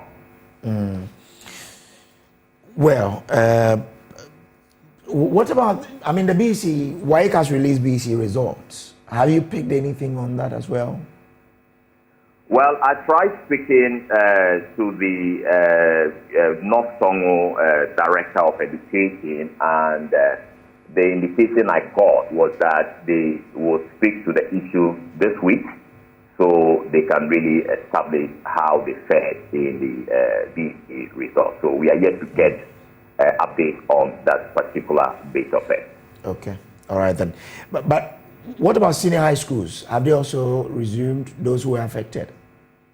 Well, for the Kizito Senior High School, you do know that that particular school is serving as a shelter for the flood victims. So they are yet to resume, and that's the more reason why the traditional leaders and as well as the leaders in the community are pushing for a quick relocation of the flood victims from the school so that they can fully resume. My last interaction with the DCE for the North Song area, Divine Feno, he indicated to me that plans were far advanced to actually move these remaining flood victims from St. Kizito so they can pave way for full academic work to resume at that particular school. But other senior high schools in the area that have not been affected, they are, going back, especially like the Komboni, which is in the South Song district. They are resuming school this week, hopefully. Okay, all right. Mr. Saji, once life is gradually returning to normalcy, what do people need now to resettle in their homes, such that if people still want to come to their aid, they will know exactly what are needed? The livelihood of the affected persons is also an issue, and it will take a long time for these people to get back on their feet and continue with what they were doing before the emergency. So it is still relief support, both food and non-food items, that will go a long way to assist these people, and that we are also doing, and it is going to continue for some time. Okay, all right. Back to the earthquake story. Let me ask you this: what advice will you give to people now that we've started experiencing some tremors? What will be your advice, as in something more of a proactive measure, so that even if it happens, the major one happens, we might not have a lot of impact going out of our hands? Well, already there is already an issue along where we have the fault line, which has been heavily developed. That is a serious issue already. But there are some things that are to be done as soon as an earthquake event occurs. Our staff are going around. The Geological Service Authority is also doing some form of education. And I think very soon there's some plan to get even media houses involved so that kind of education can be going out. Those who are putting up structures or who continue to put up structures in those areas, the normal processes of permitting, going through the assembly before you start any construction, must be followed. The assemblies have a certain structure. They normally even check before a permit is issued. But our challenges already. So the advice is that those who continue to put up structures must try as much as possible to get to the assemblies and go through the assembly's bylaws before they embark on such endeavors. But haven't the assemblies been the same people who have looked on for these developments to spring up along the fault line? How can we then still trust that they can help us do a better job? Well, it's a general problem of law enforcement in our country. Until that improves, we'll still continue having these issues. Yes, but these all assemblies that we have to go for permitting because we want them to help us are the ones looking on for people to build in these areas. So my question is, how can we still trust the same people to help us prevent these calamities should an earthquake like that happen? We have engaged assemblies a lot through our disaster management committee for them to make sure their bylaws work. As part of building capacity, because in disaster management, the more capacity you have, the less vulnerable you are.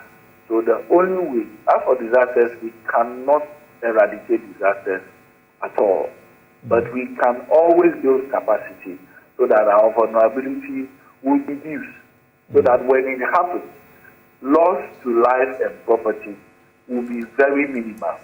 And at the center of this is enforcing our own bylaws at the various assemblies.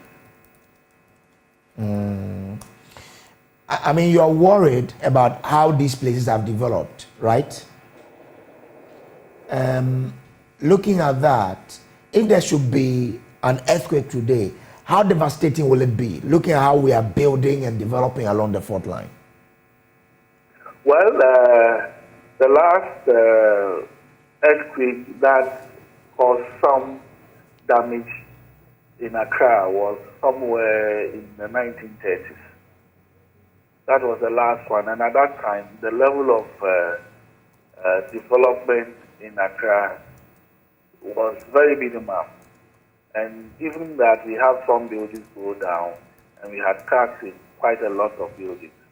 Now that we have structures everywhere, I can only imagine what will happen if we have an earthquake of a very significant dimension on the Richter scale.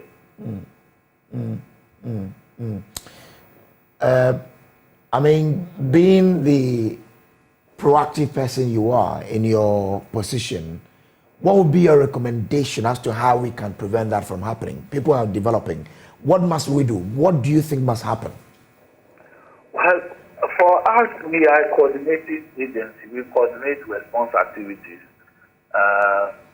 before, during, and after every emergency. Our work starts with mitigation through preparedness, response, and recovery. We can only do this within the structures or the existing laws of this country. So every agency, every unit has a role to play for us to be safe. It is not only the prerogative of the disaster of the National Disaster Management Organization to make the country safe. It is everybody's responsibility. And that has always been our mantra, that disaster management is everybody's responsibility. So yes, it is everybody's responsibility. What must happen? What must we all do? Law enforcement. Law enforcement.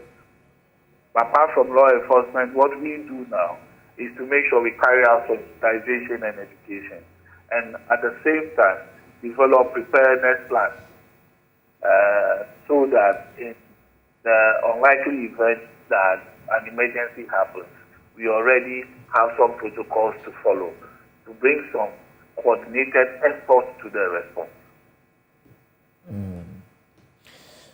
Okay. My final question to you, if someone is new in the city, where are these fault lines? Where should people be aware that if I live here, it's possible that if there's a tremor or an earthquake, I'll be affected? Well, it's more on the Makati area, even towards the parts of the Ebri area. The Ghana Geological Survey Authority has exact definition of the areas, but on top of my head, these are some of the places that have always been experiencing these tremors. Okay, all right. Mr. Ahmed Donu, Seji Saji, Deputy Director General of Technical and Reforms at NADMO. I'm grateful to you that you got the time to be with us, but kindly hold it for me. Let me bring in Maxwell Lukuto, who is NDC parliamentary candidate-elect for South Tong. He's on the ground now, so he could help us with more info. Mr. Lukuto, good morning to you. Thanks for joining us. What's happening in South Tongue as we speak in relation to the aftermath of the spillage of the Akosombo Dam? Yeah, sure. So after the fallout of the spillage and the accompanying destruction that we saw, schools had to take a break, especially the Combo Tech and then the primary school or the basic school. They had their compound and their classrooms in the flood. So water went into the classrooms and the whole compound was flooded. The school park, everything was just flooded. And so they had to take a break. After a little while, there was an arrangement from the Ghana Education Service for them to run shifts with the Presbyterian Basic School. And so students of the Presby School will go in the morning between 6 in the morning and 12, and then students from the Komboni Basic School will take over from 12 to 5 o'clock in the evening. So they had been doing that for some time until now that GS is directing that they go back to their place. As much as I'm aware, about 2 weeks ago, there was some fumigation exercise on the school compound, and there were some controversy over whether Zoomlion was doing it as a corporate social responsibility, or it was a contract from VRA or from government or from whoever. We have not seen exactly what it is yet, though, but there was some fumigation exercise about 2 weeks ago. What we see on campus is that because the water filled with a lot of debris went into the classroom, there was a need for them to do a lot of cleaning on the floor. And so for the past 2 weeks, some students who are in Akosombo Township were called by the school to come over to help with the cleaning exercise, scrape up the mud in the classrooms and all that. That they have done also for about a week now. And so today, officially, they will be going back to campus. And I'm sure the process will continue with the cleaning. What is evident on ground is that most of the painted buildings which were submerged in the mud or in the flooded water has reached there. Immediately, no arrangement has been made for that. And that would be the critical issue to look at going forward. Okay. So you can confirm that schools have resumed in South Tongue, right? Yes. And the situation is a bit normal there? Yeah, the water has receded completely from these classrooms and the whole compound. It's gone back to its normal level in the Volta River. And so everything is back to its normal state, except the aftermath effect that we are describing. So there's no school that hasn't reopened. All schools have reopened in South Tongue, right? No, the fact is that it's not all schools in South Tongue that went on the break. Okay. It was only the school that was affected. That's what I mentioned, that the Kinibeto Basic School and then the Vocational Training School. You know, these two schools are closer to the substation, the ECG substation that so got submerged. Because of their closeness to the canal that takes water from the Volta River to the Gatco farms. So it was a spillover from that canal that affected these schools because of how close they are to the canal. And so this is the only school that actually got closed down because their compound was flooded. It was not all schools in South Tongue that got flooded. It was this particular school. So that was the only one that was made with the Presby Basic School for them to be running shifts until this morning that the Kinibeto Basic School and then the vocational school are supposed to report back to campus. Okay.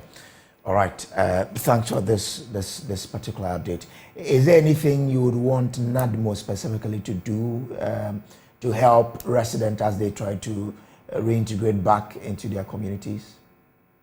Immediately, the immediate need for most people in the district and the constituency is drinking water, because we can't be too sure of the the portability of the water we take. So even as an individual receiving some relief and samples of people, late last week I had to arrange for some bags of sachet water to be sent to this particular school we are talking about, especially those that had to be brought back to campus to help in the cleaning exercises and all that. And so I'm sure they will still need potable drinking water like the sachet water. And then they should be able to help them reclaim the school, because sincerely, if they would have to continue living and studying under the conditions which the classrooms are, fine, there has been fumigation, but I believe that the painting has to be done. I was called upon the last time, and I'm yet to get to the school, maybe before close of day today or tomorrow, so that we will think together to see how we can help them in the classroom. So if NATMO has anything to do to report to me, because we will have to restore this classroom to see they were in before the floods took over, so that we can have conducive environment for these little ones to continue their education. Okay, all right. Thank you so much. I'm grateful to you. Maxwell Lukuto is the NDC parliamentary candidate-elect for South Tone. Well, Mr. Seji, grateful to you for having time for us here. But listening to Mr. Lukuto, is there anything you want to add in terms of specifically to South Tone? So just to add that, I'm sure there's going to be just this weekend. The water is quite up after that, so this weekend Mr. Saji, I'm getting some sort of feedback from where you are now. Okay, is it okay now? Okay, yes. Yes, so I'm just saying that we are still going ahead with our relief administration.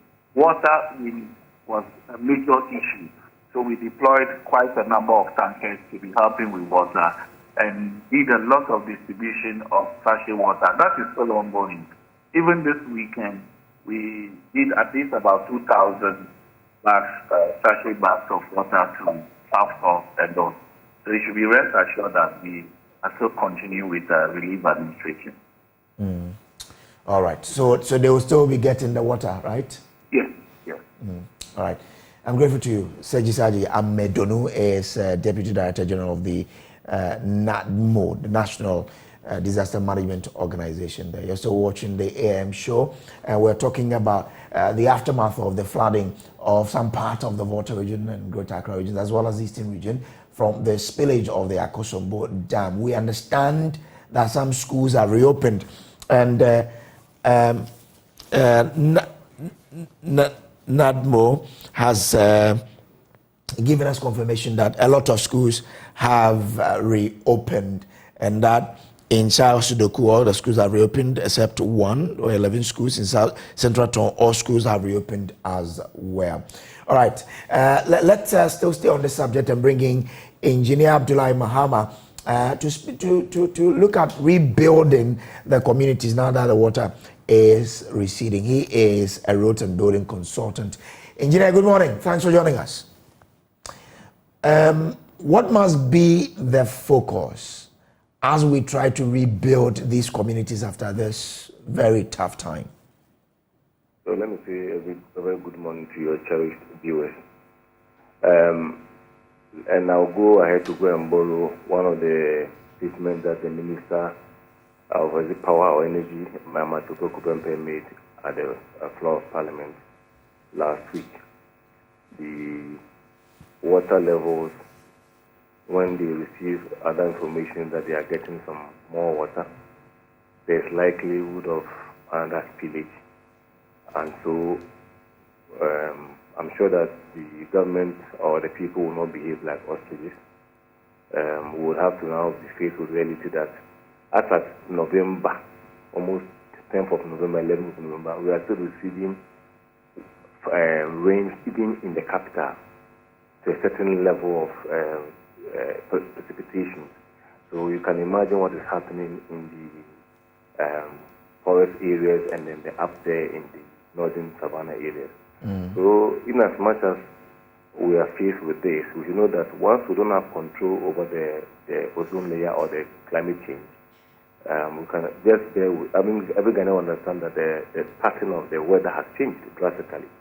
So we're coming to receiving some of these things almost every now and then. So what I would suggest is that, in fact, I was listening to you in the last 1 hour when you made mention of the fact that the United Nations aid or something have gone to conduct a lot of the structural integrity analysis tests, which is like one of the best requirements. In fact, one of the good news I've heard. So, of course, last week when I was in your institution, I think we projected that this is what the institution have to carry out before people move into their building, especially with the storage buildings, like maybe 2 floor, 3 floor, for the public areas.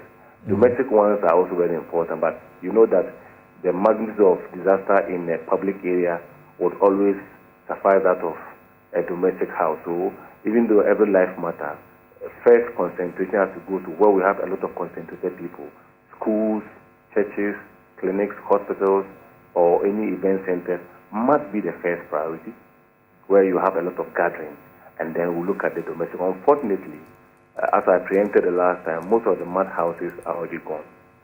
It will be an advice that if the chiefs have some lands which are relatively higher in terms of elevation, then we may have to start this resettlement. I've seen some of the media who are doing a lot in trying to get a lot of Ghanaians to contribute their quota to have new resettlement plans. So we have to look at first elevated areas which are higher, and at least now they have an idea where the elevated areas are because of the rain that came. You know definitely that some areas never flooded. If those areas have not been developed, then it means that concentration has to go to those areas, and they will have a well-planned design and well-planned educated house, so that even though we have a lot of population sitting at one location, but because it's properly planned and maybe you have maybe 2-3 story or 2-3 story buildings, it means that you can accommodate a lot of people, and then the other lands will be possibly be left for agro purposes. If there's no option, what I see that I think viewers would know, if you have been using cantonment and rage, you notice that the old colonial buildings were actually suspended. You don't put the concrete on the ground, they actually suspend them with pillars. If you go to rage, you see some of them. You go to cantonment, you see some of them. If there's, in fact, the cost will be relatively higher than the normal. But if you look at the fact that you are going to do an excavation, you do your block work, you come and put in the soil, the sand to be able to get to the concrete level, it might not be that bigger when you isolate your buildings with columns and you lift up maybe above 1 meter. In the event where we are not doing massive spillage and it becomes necessary that water would have to flow through these areas, then those buildings will come in handy, because almost all of them are suspended. But that means that it has to be with cost. Conscious design has to go into it. The consideration will be that we are having low-lying areas, and people still want to stay in their locality because of maybe close proximity to their farm areas or wherever they are working. And so we can start to do new designs and lifting up these buildings. And then having an idea that the buildings may not just be maybe 1 story or 2 story. So the design must have the design concept of maybe continuation of the building. So let's say if you can do 20 buildings now, and instead of making them lateral on the ground, you can do about 5, but they'll be suspended towards ground, first and second. That means that you have made use of a good chunk of the land. So you can go vertically than going laterally on the land, so that you don't actually abuse or exhaust the high-level areas that may be smaller than the low-lying area, which is vast. So these are the few things that I think that, with the exception of the EPA that you have spoken about, those who have to do the fumigation and things, these are the things that we have to look at in the buildings. And then some of the buildings may have been so saturated, gone beyond the saturation point, that possibly those who didn't have, which were constructed with concrete blocks, like there was no quarry dust blocks, so their level of saturation will be higher than that of the quarry dust blocks. And the fact that some of them may not have plastered, because once you plaster a building with a very fine material, you are actually preventing high infiltration or percolation of water into the building. So some of the buildings, like you said, when they run all this structural integrity analysis, they will be able to come good with it. So moving forward, no building should be left unplastered. And most of the buildings should have at least concrete block, what do you call it, quarry dust blocks, which will be for the foundation, so that they can resist a lot of this soaking or dampness, and their strength are much higher than that of the concrete block. So I'm sure a lot of associations or these companies who have gone into this construction, they have the engineers like myself who would give these solutions. But we have to move towards the high areas and then plan and suspend the buildings higher. And I think we can still say that even in the event that the floods down area about 1.52 meters, there will be adequate canoes to run around if that becomes necessary, so that at least the buildings may still be cohabited, but you can still move around when the event of the stream spillage that was received in this year, as we have all witnessed across these areas, 9 communities, 9 districts that have been affected by this. Well, but in a country where the simplest of things are not being done, I mean, building permit being granted to people to build in a certain way, even that we have a challenge with it. Whose responsibility is it then to ensure that its proposal is adhered to? Is it the builder, I mean the individual who's building, or is it the government, the assembly, to ensure that these are done? It will go straight to the assembly. When the assembly decides. In fact, let me be frank with an observation I've made over the few years especially. There are a lot of the buildings that I've seen in question mark areas. And when we dig deep, you get to know that they don't have permit, because no sound engineer at the local assembly who has all the evidence or all the knowledge will just give permits to buildings that will be sited in the areas which will be inundated by floodwaters, or even river, when the rivers are flowing along and beyond their bank within communities, just like what is happening around the Tetegu area. Most of those buildings do not have permit. In rare occasions, you see 1 or 2 of them having permit. So if they don't have the permit, then the onus lies on the same assembly to hold the bull by the horn. Because I have said it countless times that there are a lot of acts, the law, the power that gives the assembly all the liberty to ensure that they carry out instant prohibition, alteration, abatement of destruction of demolition of those structures. So we are rather ignoring the basic things that would have done. And then when the disaster comes, then government has now entered and used the scarce resource to have done something that would have been for expansion of a development. Rather, we are using those monies to solve very basic things that the assemblies could have done. You see, we shouldn't be, if you say government, we should zero it to the community. I've said that our land tenure system is still not an excuse for bad development. You may own your land as a chief or as a developer, whatever it is, and then the assembly has the power to do what we call zoning. When the assembly zones an area, that this area is for mini industrial hub, you cannot go there and do a residential apartment. If they zone an area and say that this is a residential apartment or a residential area, you cannot go into that sector of the land and start to do industrial hub or industrial construction. And when they say that this area, per the information or the evidence that are available to us, we cannot develop here for habitation. So even though you may own your land, you cannot sidestep the law. So the assembly has so much power that they are not abusing you, but your land is on flooding line in a low-lying area, which becomes the receptor of all floodwaters. So we will not give you any permit to construct a building.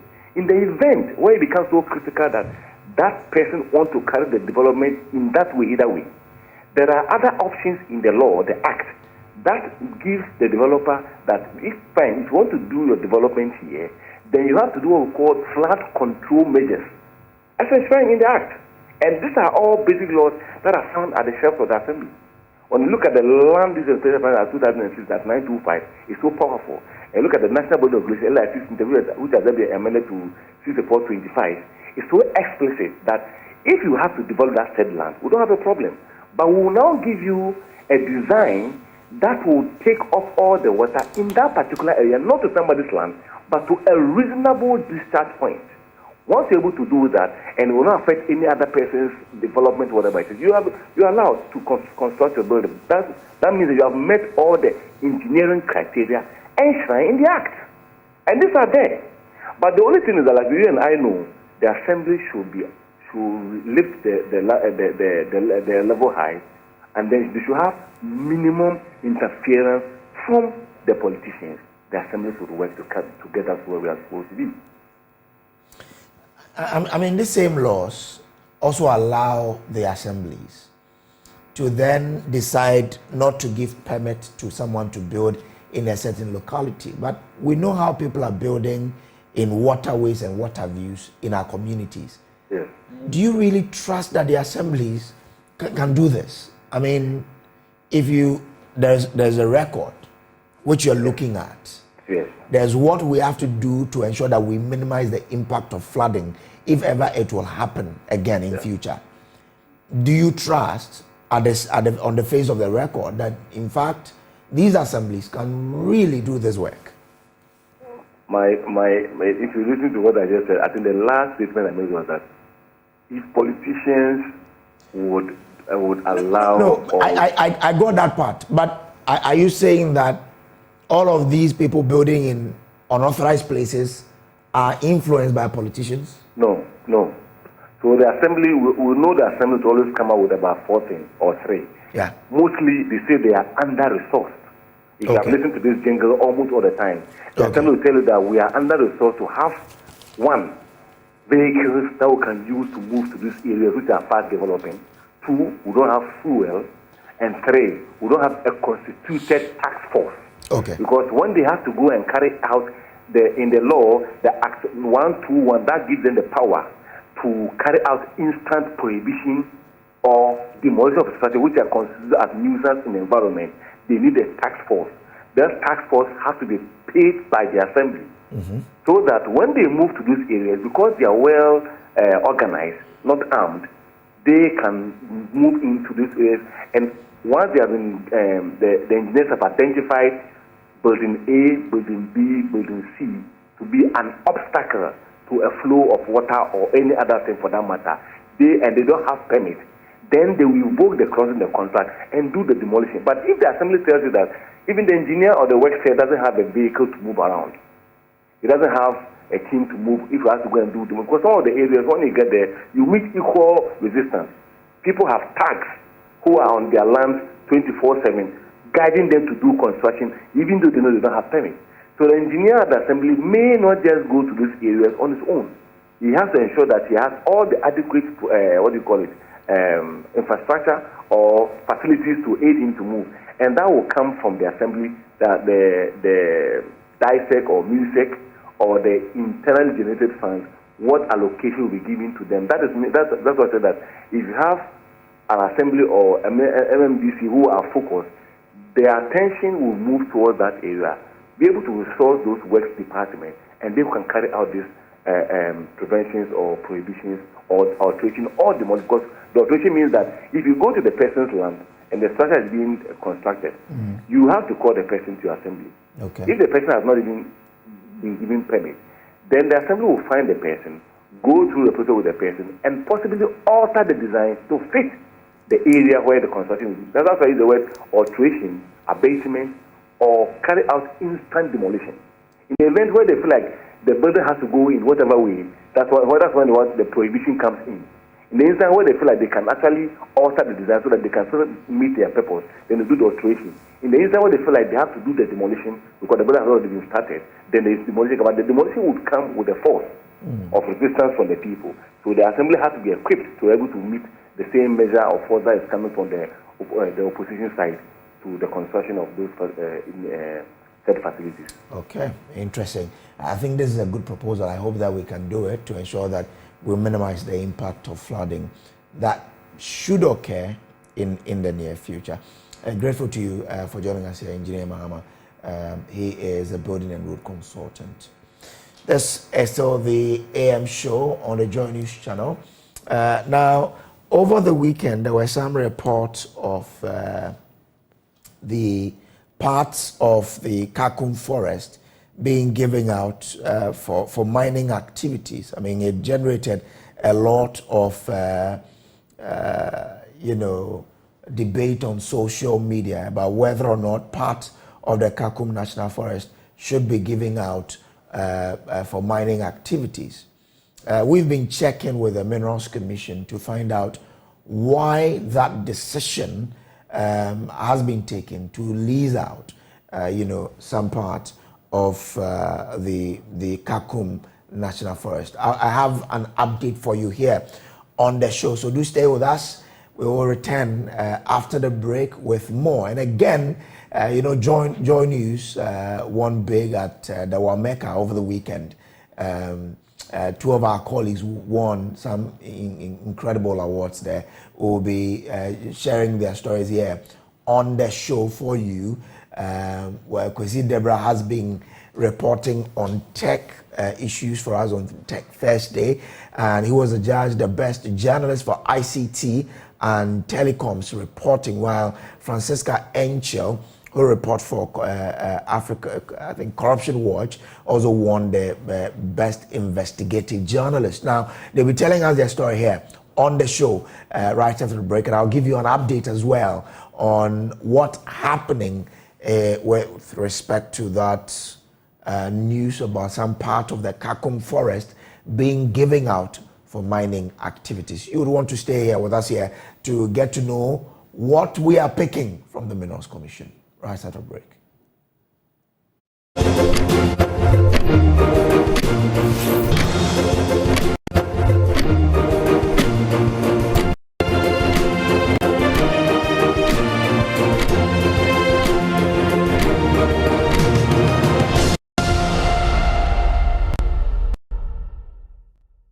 All right, so welcome back from the break. Now, let's share with you some of the info that we have here about some cool deals for you. Now, escape to Royal Kuzi Hills Hotel in Jerapa, Dubai. Oh, wow. So you got to experience Dubai here in Ghana, up north. This Xmas season, it will be really an incredible experience.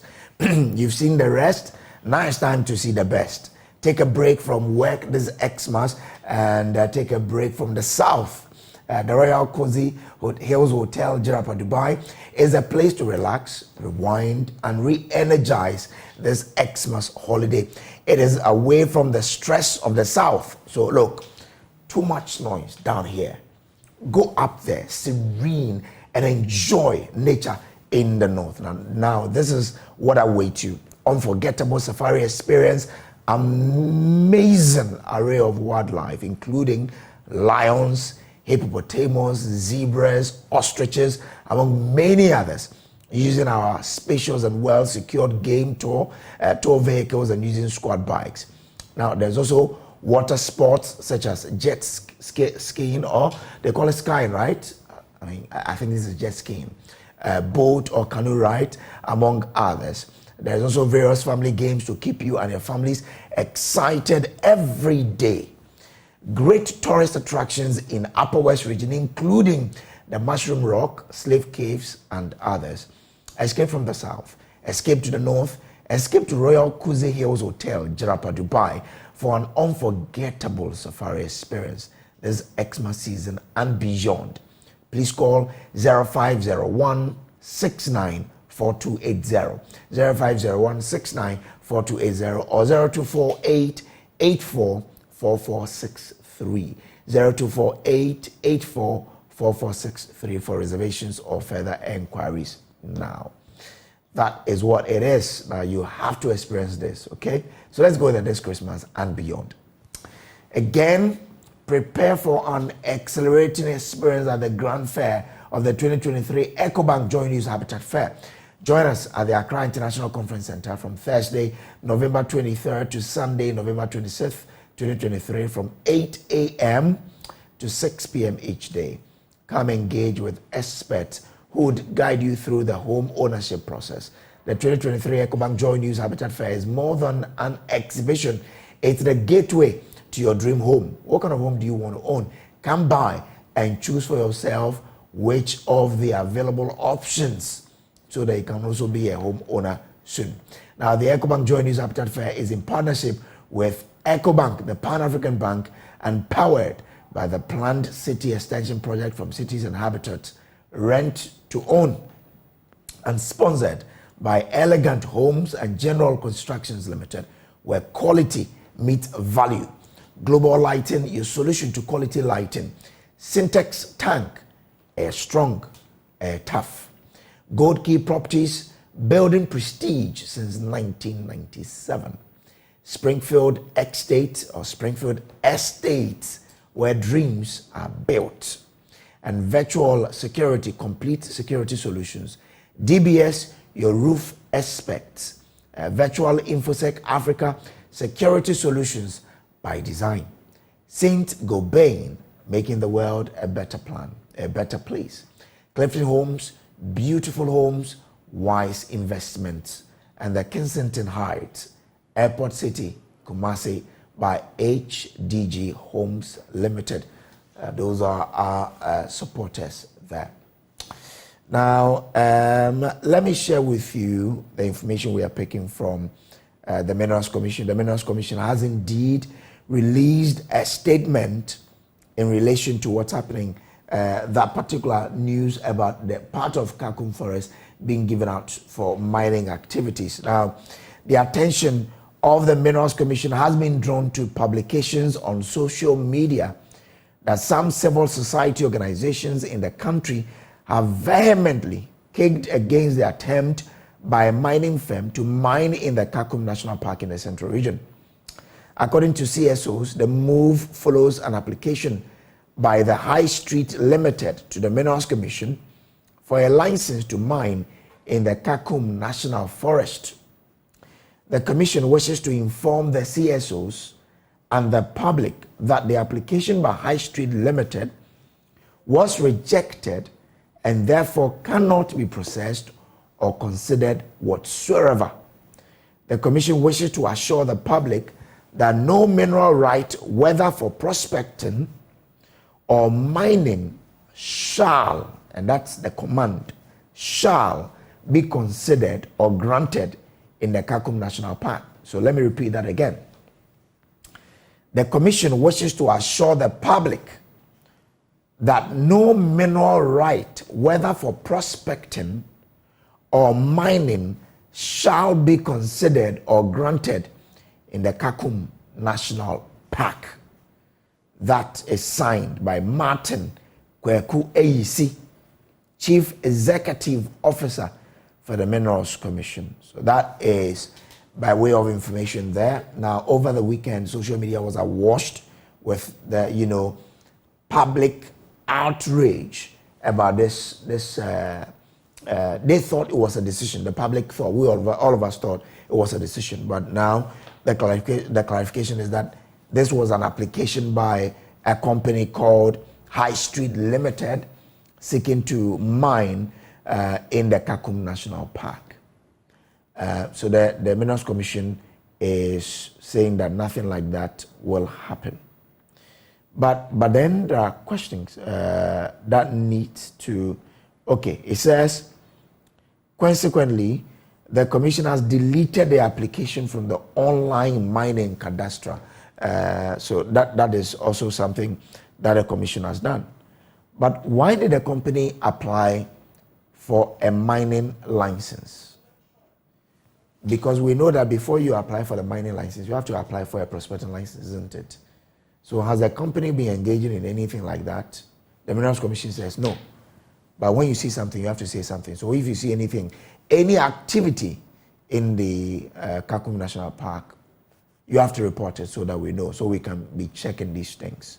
The Minerals Commission has made it clear that nothing like that will ever happen, So that is by way of information there. So let's go to the phone lines now and speak to Kwesi Deborah. So they've joined us by Zoom there, Kwesi Deborah and Francisca Encho. Kwesi, I was tempted to speak with you in Akan, but let's stay with the Queen's language. How are you doing, my brother? I'm great. That's good. Join. I'm good. And congrats to you, yeah. But you have to bring the dollars so that we can all share. All right. I mean, you the big man. You don't need this, but I mean, you have more. You have more. Okay, Francisca, how are you?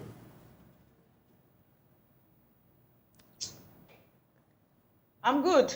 Okay. I'm good. How are you too? I'm well. As for you, if you put on a nose mask, it's fine. We understand why. Matty. Good. Kwesi, how was it like for you to have been adjudged the best in ICT and telecoms reporting? Okay, it's more like a vindication or consummation for me. Because the first time I applied was in 2019. And yes, I was a finalist.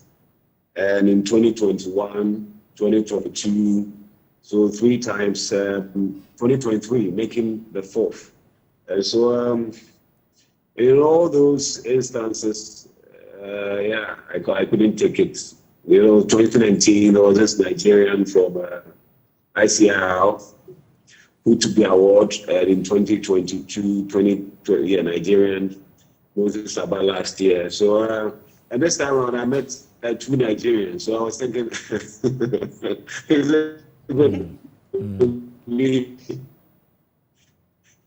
it going to be the same story? Because the rest I do. My maintenance is radio about TV, but of course I write also. So I'm meeting 2 Nigerians there and thinking, is it going to be the same story? Or this time I'm going to triumph? And so it's more like education for Tech Thursday also, because that's where we push all our stories. That's our niche. And it's a win for the whole technological world. Bruce. But so what story did you win this award with? What was the import of the story? All right, so I carried out investigation into the unsolicited subscriptions by mobile phone users in Ghana. And yes, I think you remember that story. Yeah. And I found out that there were about 95 services people have subscribed to unknowingly. And some had range from 1, the subscriptions range from 1 to 8. And you have it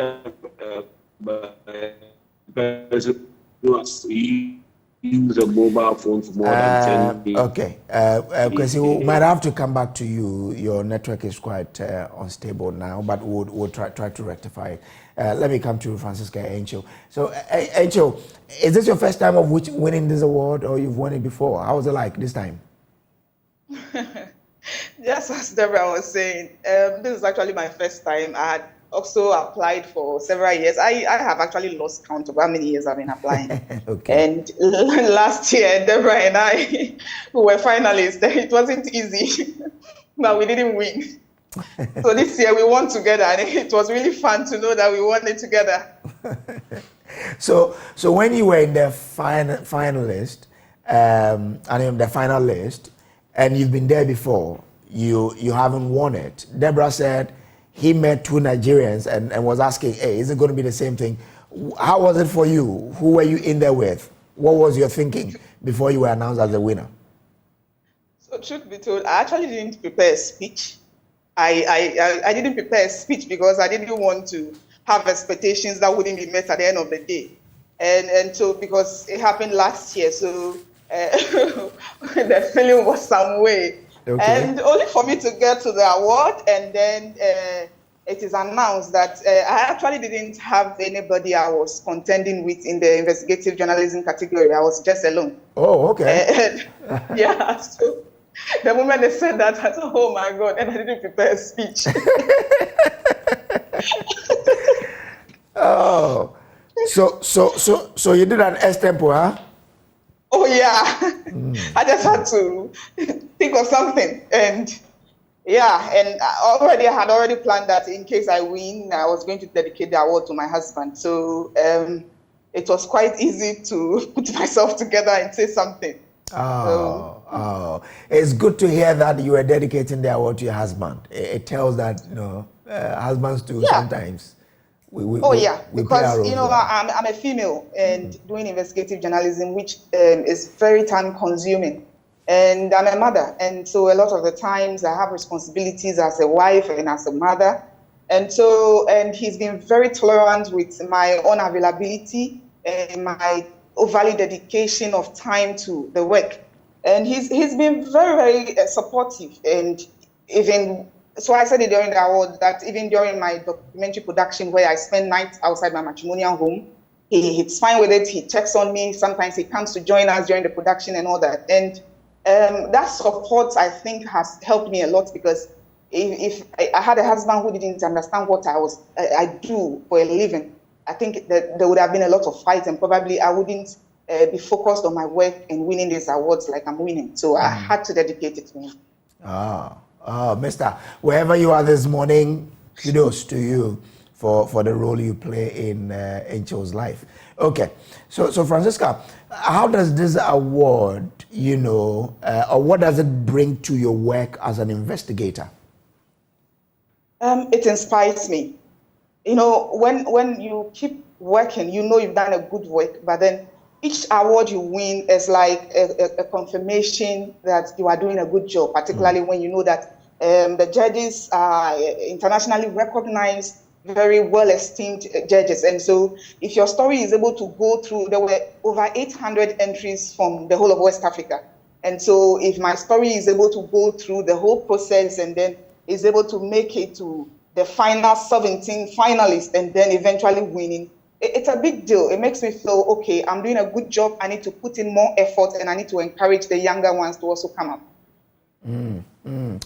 Okay. So I mean, I don't want to ask you about the story that you won it with, because obviously or you want to talk to us about it, the story that won you the award? Oh yeah, the story is titled Money Over Human Lives, brought at DVLA Exposed.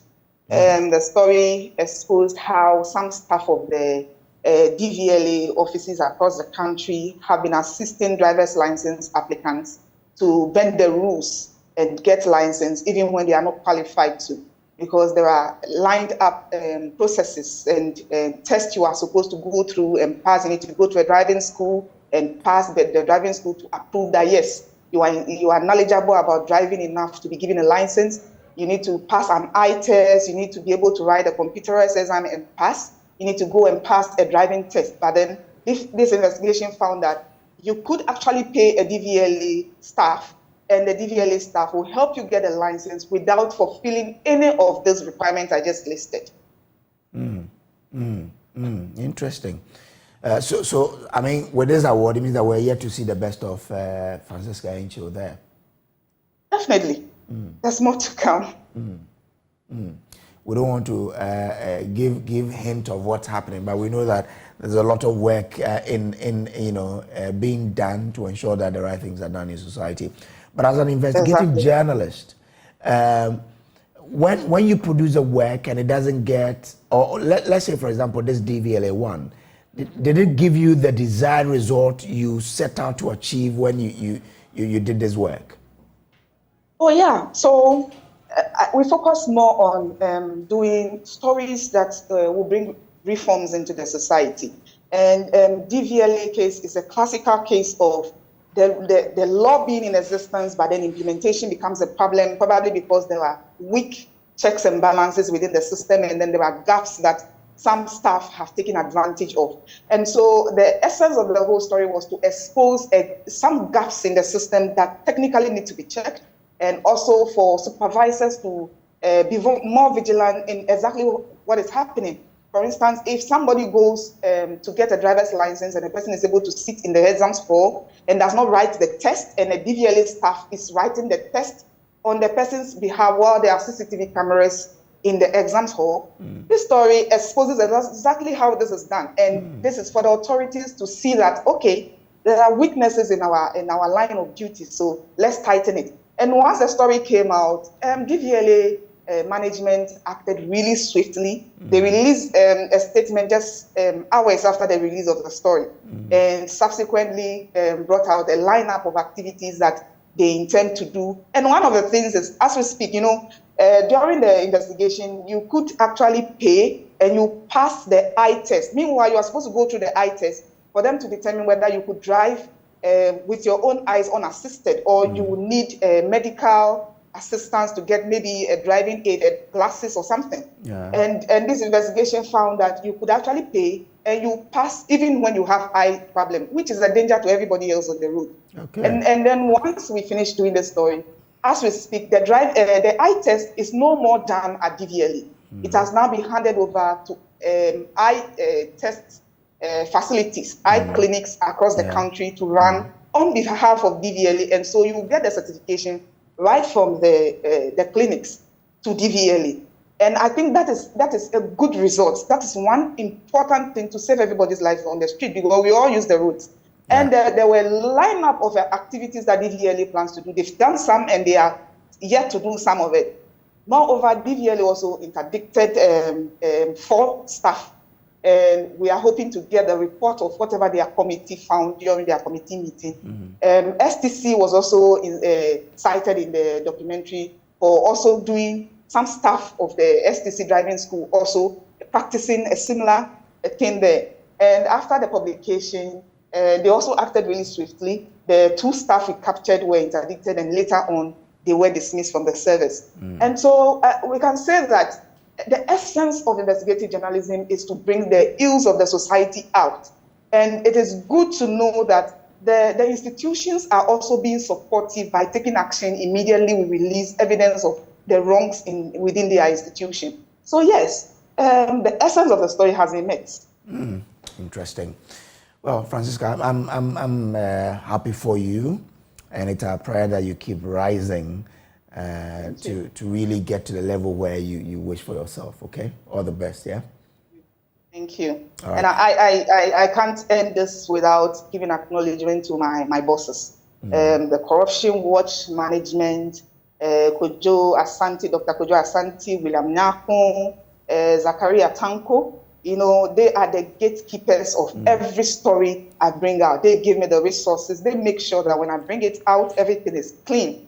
And I can't be celebrating all the successes without giving them acknowledgement for all their support and investment in me. And then the multimedia group for every support they've been giving my works. I thank all of them. Okay. All right then.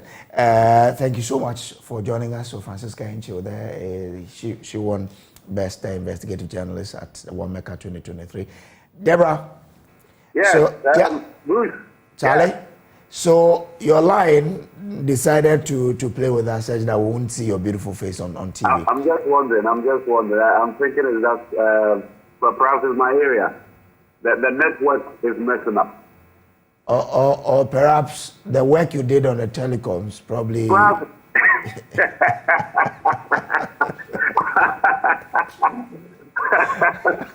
It's interesting. Anyway, okay. So like I asked Francisca, what does this award really bring to your career from now on? In terms of the content that you generate. Yes, this was an in-depth thing that we did. Going to individual mobile phones, trying to see the number of unsolicited subscriptions was really immense. And, with Tech Thursday, as I told you, everything emanated from Tech Thursday. And we've been doing it for a very long time now, for some time now. Of course, it was it's the idea of our late boss, Elvis Kwachi, and of course our senior editor now, Seji Saji. The general manager, general manager now. Yes. So it's been really tremendous. We produced a lot of results because when we brought out the story, it was widely shared and it was all over Ghana, and people unsubscribed. So it brought a lot of benefit to a number of people. I told you earlier that people had had subscribed to a service was charging 0.85 Ghana cedis. And for over a decade, you could imagine the amount we have spent on unsolicited subscriptions alone. So this means a lot to us, multimedia, for instance, the technology desk headed by my boss, Kofi Adudumfe. And so I know that since there's a whole lot of indication for us, we're going to do our best to bring out more of these stories. Okay. All right, then. We'll be looking forward to it.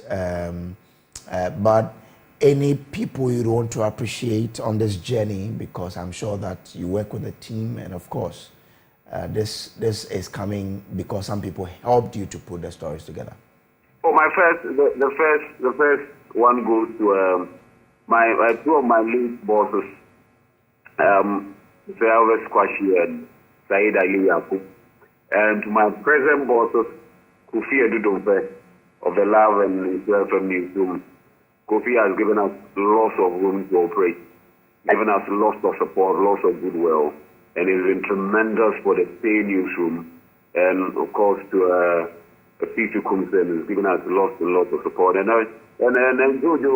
Jojo also, and all those the people in the newsroom,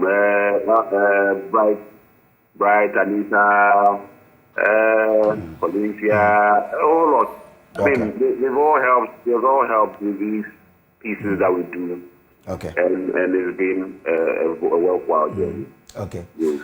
All right, so we'll be looking forward to your next work on the IT or the science space. Absolutely. Lots of stuff is going to come. By God's grace. Okay. With that, your heart, yeah? It's a constant feature. You know, Bruce, I've been wearing a hat for more than 10 years. Oh, okay. So, yes. So that's why you always see me the hat. People think I'm bored. I'm not bored. It's just that the hat is a signature, you see. Okay. For more than 10 years. It's not easy. Mm-hmm. One day we'll remove it live on TV to see whether you're bored or not. Oh, no. Lots of hairs. All right. Kwesi, all the best to you, okay? Thank you very much, Bruce. I'll be standing by for the dollars. But that's an aside. I go dash you some. Kwesi right there. He was the Judge the Best ICT and Telecoms reporter at the just ended WAMECA 2023. Well, so those are our two journalists making us proud at WAMECA 2023 there.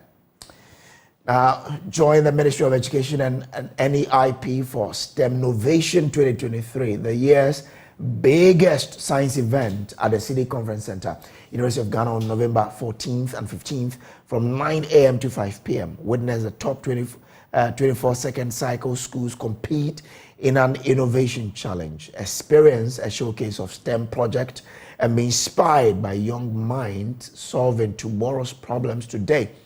Don't miss out. And your favorite TV game show in Ghana, Step Up, is back with another amazing season. This time, we are stepping up with Syntex Tank. Step Up with Syntex Tank will see contestants answer trivia questions to win cash prizes of 400 cedis to some over 6,000 weekly, and other product from our sponsors. This season, your viewing at home should watch. You viewing at home should watch out for Syntex Tank question of the week. Be the first to answer correctly via WhatsApp or SMS to the number 0508 33 8888, 0508 33 8888, and win incredible prizes from sponsors. The person who answers most of the weekly questions fastest gets a 65-inch Samsung television at the end of the season. Step Up with Syntex Tank, a unique television experience. Step Up with Syntex Tank is sponsored by Bell Ice, MTN Momo, and Angel Cola. So let's bring back what happened last weekend.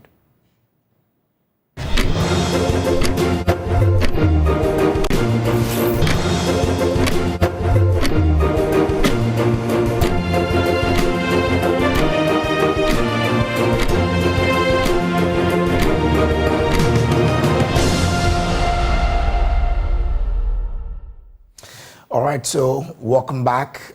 This is still the AM show. Now, let's applaud authorities for what they've done on the Kolebu Road. Ben took up an issue with it, and after he did that, the authorities have moved in to rehabilitate the road. So kudos to you. Like I said in the beginning, when you do something well, we'll come and applaud you. If you're not living up to your expectation too, we will give it to you so that you sit up. And in that same manner, let me say thanks to a company in the Western region, Mompe Heavy Haulage. Now, all of you know, or most of you know, that the Takrade Agran Kwanta Road is in a terrible shape with nobody doing anything about it. Now, information reaching me indicated that this company, Mompe Heavy Haulage, has really taken it upon itself to try and fix the road. So they are supporting the Ghana Highways Authority to try and reshape the road and make it motorable, because that road had been in a very bad shape for a long time.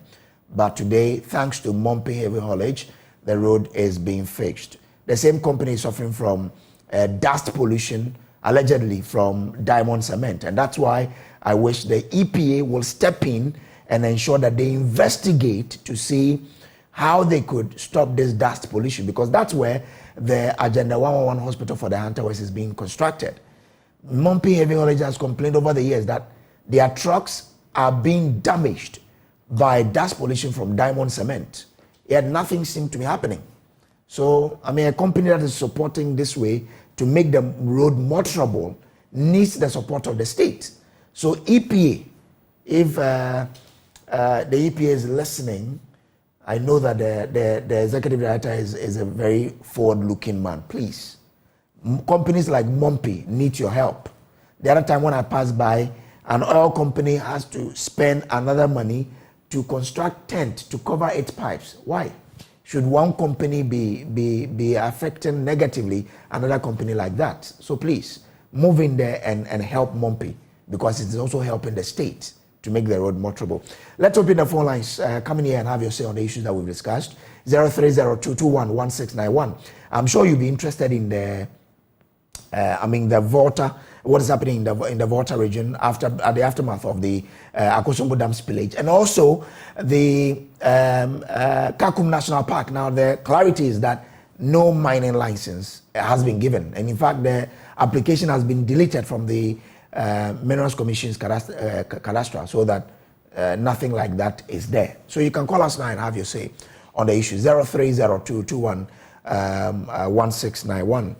Let's hear from you. Do I have my first call on the line? Call us and let's have let's talk about this together. 0302211691. We're speaking about what happened. We understand that schools are reopened in many parts of the Volta region and some parts of the Greater Accra where they were affected by the spillage of the Akosombo Dam. We understand that schools are reopened. What are your thoughts on that? Now, Engineer Mahama is suggesting that if we want to construct buildings in that area, we have to raise them like those buildings in range, in those... okay. So Charles is online. Charles, good morning to you. Good morning. How are you, sir? I'm well. Thanks for joining us, sir. Let's Thank you. I'm grateful. Good morning, sir. How's it, sir? I am well, sir. Let's hear you, sir. Okay. I'm from Daboya, precisely. Not Buja, Savannah region. Great to hear from you. Let's go. In fact, our route, Busunu Daboya route, has been constructed since long for about almost the era of former President, His Excellency John Dramani Mahama. Okay. So your road has been constructed. Very bad now as I speak. If you pass through the road that would have been taking about 30-45 minutes, you will now take about 2 hours before you get to Daboya. And our township routes are all not in shape at all. Okay. We had a lot of promises and what have you from the government. Up to date, we are not seeing up. Our bridge, everything, I don't know either they are progressing or not. Really, we are not happy. Okay. And the Boya Mankargu route has been given to 2 contractors. Since that time up to date, it hasn't gotten any proceeds. Okay. All right. Thank you very much. So the Dabuya people are calling on government to help fix their roads. And that's why it's important if a company is also operating in the area and you think you can, like what Mompi Heavy Haulage is doing in Western region, kindly also do something like that. Let's help each other. We know that it's not good that government shirks its responsibility, but when the road becomes so bad and government is not coming in and we're all living there, it's important you come in. So once again, Mompi Heavy Haulage, good morning to you. Monica and Peter Everett, I mean, they are my people. These guys have humanity at heart. So kudos for this step. And EPA kindly move in there and help Mompi. And not just them. There's another company beside Mompi, several others. And also the Agenda 111 hospital. That's even my heartbeat. That a hospital is being put up at a place where there is allegedly dust pollution from a cement manufacturing company. So EPA, please, kindly step in there and ensure that the right things are done so that this dust pollution will go down. Because when you drive by, on top of the trees would indicate to you that in fact, some dust pollution is happening in the area. Is it the one coming from Diamond Cement? Please move in there and ensure the right things are done so that companies like Mompi will always have the resources to support when the country needs help. And that's how we wrap up today's edition of the AM show. Thanks for being a part of it. My name is Samuel Kojobraze. On behalf of the production team led by Derek, Sam, our director, our sound guys, our camera guys, thank you for making us a part of your morning. God willing, we'll meet again tomorrow, Tuesday. Until then, please be good. News Desk is up next. Good morning.